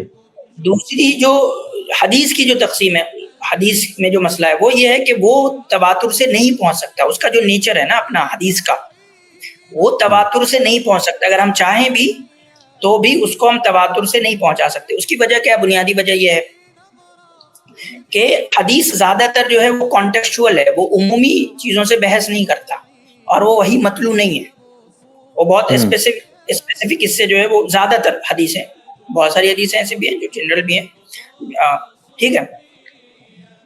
اور وہ انہی صحابہ تک تھی جو کہ مخصوص حالات میں وہاں پہ موجود تھے. اب مسئلہ یہ بھی ہے کہ حدیث کی تعداد بھی بہت زیادہ ہے. نبی علیہ الصلوۃ والسلام نے بہت ساری چیزیں فرمائی، پوری زندگی میں بہت سارے احکامات دیے. تو اب دیکھیں، ایک تو یہ ہے کہ حدیث کی جو زیادہ تر قسمیں ہیں وہ بہت زیادہ کانٹیکسچوئل ہے، قرآن کی طرح زیادہ تر عمومی نہیں ہے. دوسرا یہ کہ وہ وحی مطلوب میں نہیں آتا، وہ وحی غیر مطلوب ہے، تو اس کے ساتھ میرا اس طرح کا انٹریکشن نہیں ہو سکتا جیسے کہ قرآن کے ساتھ ہوگا، اس نیچر کی بدلنے کی وجہ سے. تیسری بات یہ کہ وحی کی تعداد بہت زیادہ ہے اور اس کا احاطہ ایک انسان نہیں کر سکتا، اور ایسے انسان کے معاشرے کے اندر ایسے بہت سارے لوگ نہیں پائے جا سکتے جو پورے حدیث کا جو ہے احاطہ کر رکھا ہو. قرآن جو بہت زیادہ نہیں ہے، وہ ایک مصحف کے اندر ہے، تو بہت سارے لوگ ایسے ہو سکتے ہیں جو پورے قرآن کے جاننے والے ہوں، پورے قرآن کے حافظ ہیں. حدیث کا ذخیرہ بہت بڑا ہے نبی علیہ الصلوۃ والسلام کے فرمودات کا، اور وہ بہت کانٹیکسچوئل ہے، وہ وحی مطلوب میں نہیں آتا. تو اس کے لیے ممکن نہیں ہے کہ آپ کے معاشرے میں ایک ساتھ بہت سارے حافظ پائے جائیں اور اس کا انتقال بھی تواتر کے درجے میں ہو. یہ اب اس کے نیچر کے اعتبار سے سمجھ میں آ رہا ہے کہ وہ تواتر کے درجے میں منتقل نہیں ہو سکتی، اور قرآن کا نیچر ہی ایسا ہے کہ وہ تواتر کے درجے میں منتقل ہونا اس کا بہت آسان ہے. اسی وجہ سے دونوں کے حفاظت میں فرق ہے کہ قرآن جو ہے وہ متواتر درجے میں محفوظ ہے، اور حدیث کا جو اکثر ذخیرہ ہے وہ خبر احاد کے درجے میں محفوظ ہے. محفوظ دونوں ہیں، بس جو فرق ہے وہ احاد اور تواتر کا ہے. صحیح. اچھا، اس میں جو احادیث ہیں ہمارے پاس، جو متواتر احادیث ہیں، ان میں بھی ہم یہ کہہ سکتے ہیں کہ ان کی حفاظت اور قرآن کریم کی حفاظت تھوڑی سی الگ ہے، کیونکہ قرآن کریم کے الفاظ جو ہیں وہ بھی بدلے نہیں جا سکتے، جبکہ حدیث کے الفاظ جو اس کے تواتر جو ہے وہ صحابہ کے زیادہ ہونے پہ منحصر ہے. مطلب جتنے زیادہ صحابہ اس کو روایت کریں گے تو وہ متواتر ہو جائے گی، لیکن اس میں الفاظ بدلے جا سکتے ہیں. لیکن قرآن کے الفاظ نہیں بدلے جا سکتے. پھر یہ نماز میں پڑھی جاتی ہے، وہ نماز میں نہیں پڑھی جاتی. تو یہ ایک فرق جو ہے اس میں آ جائے گا. مطلب کہ ایک فرق یہ بھی ہے کہ قرآن کو روایت بالمعنی پڑھنے کی اجازت نہیں ہے، جیسے کہ میں بالکل شروع میں بات کر رہا تھا تحریف میں، کہ پہلے یہ وحی کی اجازت ہوتی تھی کہ اس کو روایت بالمعنی جو ہے وہ یاد کر لیا جائے، پڑھ لیا جائے، روایت باللفظ ضروری نہیں ہے. لیکن قرآن کے ساتھ ایسا نہیں، قرآن میں روایت باللفظ ضروری ہے، اس کو آپ روایت بالمعنی نہیں کر سکتے، اور حدیث کو آپ روایت بالمعنی کرنے کی اجازت عام طور پہ ہمارے یہاں رہی. اچھا، اس میں ایسا ہے کہ حضرت ابو بکر رضی اللہ تعالیٰ عنہ اور حضرت عمر رضی اللہ عنہ کو مجھے کنفرم نہیں ہے کہ ان کی احادیث ہمیں ملتی ہیں، لیکن حضرت ابو بکر رضی اللہ تعالیٰ عنہ سے کوئی حدیث نہیں ملتی. اس کے بارے میں آتا ہے کہ انہوں نے خود کہا تھا کہ یہ احادیث جو ان کے پاس تھی انہوں نے جلوا دیا تھا ان کو، یا انہوں نے ذکر نہیں کی. اس کی کیا وجہ تھی؟ کیا وہ یہ چاہتے تھے کہ سنت کو ہم پریکٹیکلی اپلائی کریں اپنی زندگیوں پہ، بجائے یہ کہ ورڈ بائی ورڈ ان کو اس کو ٹرانسمٹ کرنے کے؟ حضرت ابو بکر رضی اللہ تعالیٰ عنہ سے حدیث ہیں، کچھ حدیثیں ہیں، زیادہ حدیثیں نہیں ہیں، بہت کم حدیثیں ہیں. حضرت ابو بکر رضی اللہ تعالیٰ عنہ کی جو ہے عمر نبی علیہ الصلوۃ والسلام کے بعد بہت کم ہوئی، اور اس جو ان کا 2 سال کا خلافت کا دورانیہ ہے، ایک تو سب سے ضروری چیز تھا کہ وہ وحی مطلوع اور جو روایت باللفظ کی جانی ہے اس کے آرڈر کو انٹیکٹ کیا جائے، جو کہ ہو گیا ان کے زمانے میں. ردہ وار میں بھی کافی وقت گیا، حضرت ابو بکر رضی اللہ تعالیٰ عنہ کو پھر سے انصرام کرنے میں گیا، ٹھیک ہے. تو ان کے پاس ایک تو وقت کم رہا، پھر ان کی جو اپنی زندگی تھی وہ ایک دوسرے مشغلے میں گزری، تو اس میں حدیث پہ زیادہ فوکس نہیں ہو سکتا تھا. باقی یہ جو وہ احکام کرتے تھے، وہ بہت سارے فیصلے کرتے تھے، تو اس میں وہ حدیث کو ریفرنس بناتے تھے جو موجود ہیں تاریخ کے اندر موجود ہیں، کہ کس طریقے سے حضرت ابو بکر رضی اللہ تعالیٰ عنہ نے بہت سارے فیصلے جو ہے وہ حدیث کی بنیاد پہ کیے ہیں. اب ہے کہ ان کا جو ایک عمل ہے اپنے صحیفے کو لے کر کے، بہت ممکن ہے کہ یہ اس وجہ سے نہیں تھا کہ وہ اس کے لفظ کو یہ نہیں، بلکہ ان کو اس بات کا خوف و احتیاط بھی ہر آدمی کی الگ الگ ہوتی ہے نا. تو ان کو اس بات کا خوف ہو کہ کہیں ایسا تو نہیں ہے کہ میں نبی علیہ الصلوۃ والسلام کی طرف کوئی بات منسوب کر دوں اور وہ ہو نہیں حقیقی. تو میرے ذخیرے میں کوئی ایسی چیز ہو جو نبی علیہ الصلوۃ والسلام کی ہو نہیں اور وہ لوگوں تک پہنچ جائے. تو یہ ایسا ہی ایک اپروچ ہے جیسے ہمارے یہاں ایک اپروچ ہوتا ہے کہ ہم بہت سارے لوگ ہوتے ہیں جو دین کا کام میں زیادہ آگے بڑھ چڑھ کے کرنے میں ڈرتے ہیں. اس کی وجہ کیا ہوتی ہے؟ وہ کہتے ہیں کہ کہیں ایسا نہ ہو کہ میرے سے کوئی خیر وجود میں آئے نہ آئے، شر وجود میں نہ جائے. کہ بھائی میں کچھ کرنے جاؤں، پتہ چلا کہ خیر تو وجود میں آیا نہیں، شر وجود میں آ گیا. صحیح. یہ ایک احتیاطی اپروچ ہوتی ہے. تو یہ ایسا نہیں ہے کہ ہم اس کو اس پہ محمول کریں گے کہ حضرت ابوبکر رضی اللہ تعالیٰ عنہ حدیث کو ٹرانسمٹ نہیں کرنا چاہتے تھے یا اس کو دین کا حصہ نہیں ہمیں سمجھتے تھے. یہ بات نہیں، بلکہ وہ احتیاط برتتے تھے اور خاص کر اس وعید سے ڈرتے تھے جو اللہ کے نبی نے فرمایا کہ میری طرف کوئی بات منسوب کر دے اور ہو نہیں وہ میری تو وہ جہنم میں جلے گا. تو یہ ان کا احتیاط تھا کہ انہوں نے احتیاط برتا کہ کہیں ایسا نہ ہو کہ میرے ذخیرے میں کوئی ایک ایسی چیز ہو جو واقعتاً نبی علیہ الصلوۃ والسلام کی نہ ہو تو اور یہ وعید کا میں مستحیل نہ بن جاؤں. تو احتیاط ہے کہ میں اس کو آگے جو ہے وہ ٹرانسمٹ نہیں کروں. یہ ان کا احتیاطی پہلو ہے. اور اس طرح کے صحابہ کم تھے، بہت کم تھے. اب جیسے ائمہ میں امام حنیفہ رحمۃ اللہ علیہ نا وہ کہتے ہیں کہ بھئی حدیث جو ہے وہ بھی روایت باللفظ کرنی پڑے گی، روایت بالمعنی جائز نہیں. تو یہ ایک احتیاط کا پہلو ہے. گرچہ عام جو فقہا ہیں یا عام جو ہمارے یہاں علماء ہیں وہ اس اتنے احتیاط کے درجے کو اپریشیٹ تو کرتے ہیں لیکن اس کو علمی طور پہ کہتے ہیں کہ ٹھیک ہے یہ، لیکن یہ عام منہج نہیں ہو سکتا. یہ احتیاط کا یہ عام منہج نہیں ہو سکتا. یہ صحابہ کا بھی نہیں تھا. تو صحابہ میں بھی آپ کو اکا دکا صحابی ملیں گے جو اس درجے کا احتیاط برتتے ہیں. اچھا، اب ایک ایسکیٹولوجیکل کوشچن ہے کہ آخری دور کے بارے میں جو حدیث ہم تک پہنچی ہیں ان میں کچھ ایسے بھی الفاظ ملتے ہیں کہ آخری دور میں قرآن کے الفاظ اٹھا لیے جائیں گے یا قرآن اٹھا لیا جائے گا. تو کیا ایک وقت واقعی ایسا آئے گا جب قرآن دنیا میں نہیں رہے گا، انسان موجود ہوں گے لیکن قرآن نہیں رہے گا؟ اور اگر واقعی ایسا ہے تو پھر حفاظت والی بات کو ہم کیسے مان لیں کہ قرآن محفوظ رہے گا ہمیشہ کے لیے؟ ایک بات تو یہ ہے کہ یہ قرآن کے اٹھائے جانے کا جو یہ ہے اس میں اکثریت کی تو رائے یہی ہے، اکثریت علماء کی، قرآن اپنے لفظ کے ساتھ اٹھا لیا جائے گا، صرف معنی کے ساتھ نہیں. ٹھیک ہے. اب یہ کہ کیا اگر لفظ کے ساتھ اٹھا لیا جائے گا تو اس سے قرآن کی حفاظت پہ کوئی حرف آتا ہے؟ بالکل نہیں آتا. قرآن کی حفاظت پر اس کی وہ کیسے کہ حفاظت سے کیا مراد ہے؟ حفاظت سے مراد یہ ہے کہ اللہ سبحانہ و تعالیٰ نے کہا ہے کہ میں نے اس کو نازل کیا اور میں اس کی حفاظت فرماؤں گا جب تک اللہ سبحانہ و تعالیٰ کی مرضی ہوگی، جب تک اللہ سبحانہ و تعالیٰ کی مشیت ہوگی، جب تک اللہ سبحانہ و تعالیٰ نے ایک متعین کر رکھا ہے. کہ مثال کے طور پہ نسخ کے اندر، منسوخ کے اندر ایسا ہی تھا کہ اللہ سبحانہ و تعالیٰ نے نازل کیا اور اللہ سبحانہ و تعالیٰ نے پہلے سے متعین کر رکھا تھا کہ یہ حکم یہاں تک جائے گا زمانے میں اور پھر اس زمانے کے بعد یہ حکم اٹھا لیا جائے گا، منسوخ کر دیا جائے گا. ویسے ہی قرآن کے بارے میں کہ قرآن جو ہے وہ محفوظ رہے گا، جب تک رہے گا محفوظ رہے گا. اس کے اندر کوئی لفظی تحریف نہیں کر سکتا، کوئی جو ہے معنوی تحریف کر بھی دے تب بھی وہ چلے گا نہیں. ٹھیک ہے. صحیح. لیکن ایک وقت آئے گا جب اللہ سبحانہ و تعالیٰ جو ہے اس کو لفظ کو اٹھا لیں گے. تو جب اٹھا لیں گے تو وہ تحریف نہیں ہوگا بلکہ وہ ختم ہو جانا ہوگا، یعنی کہ اب لوگوں کے پاس میسج موجود نہیں ہے.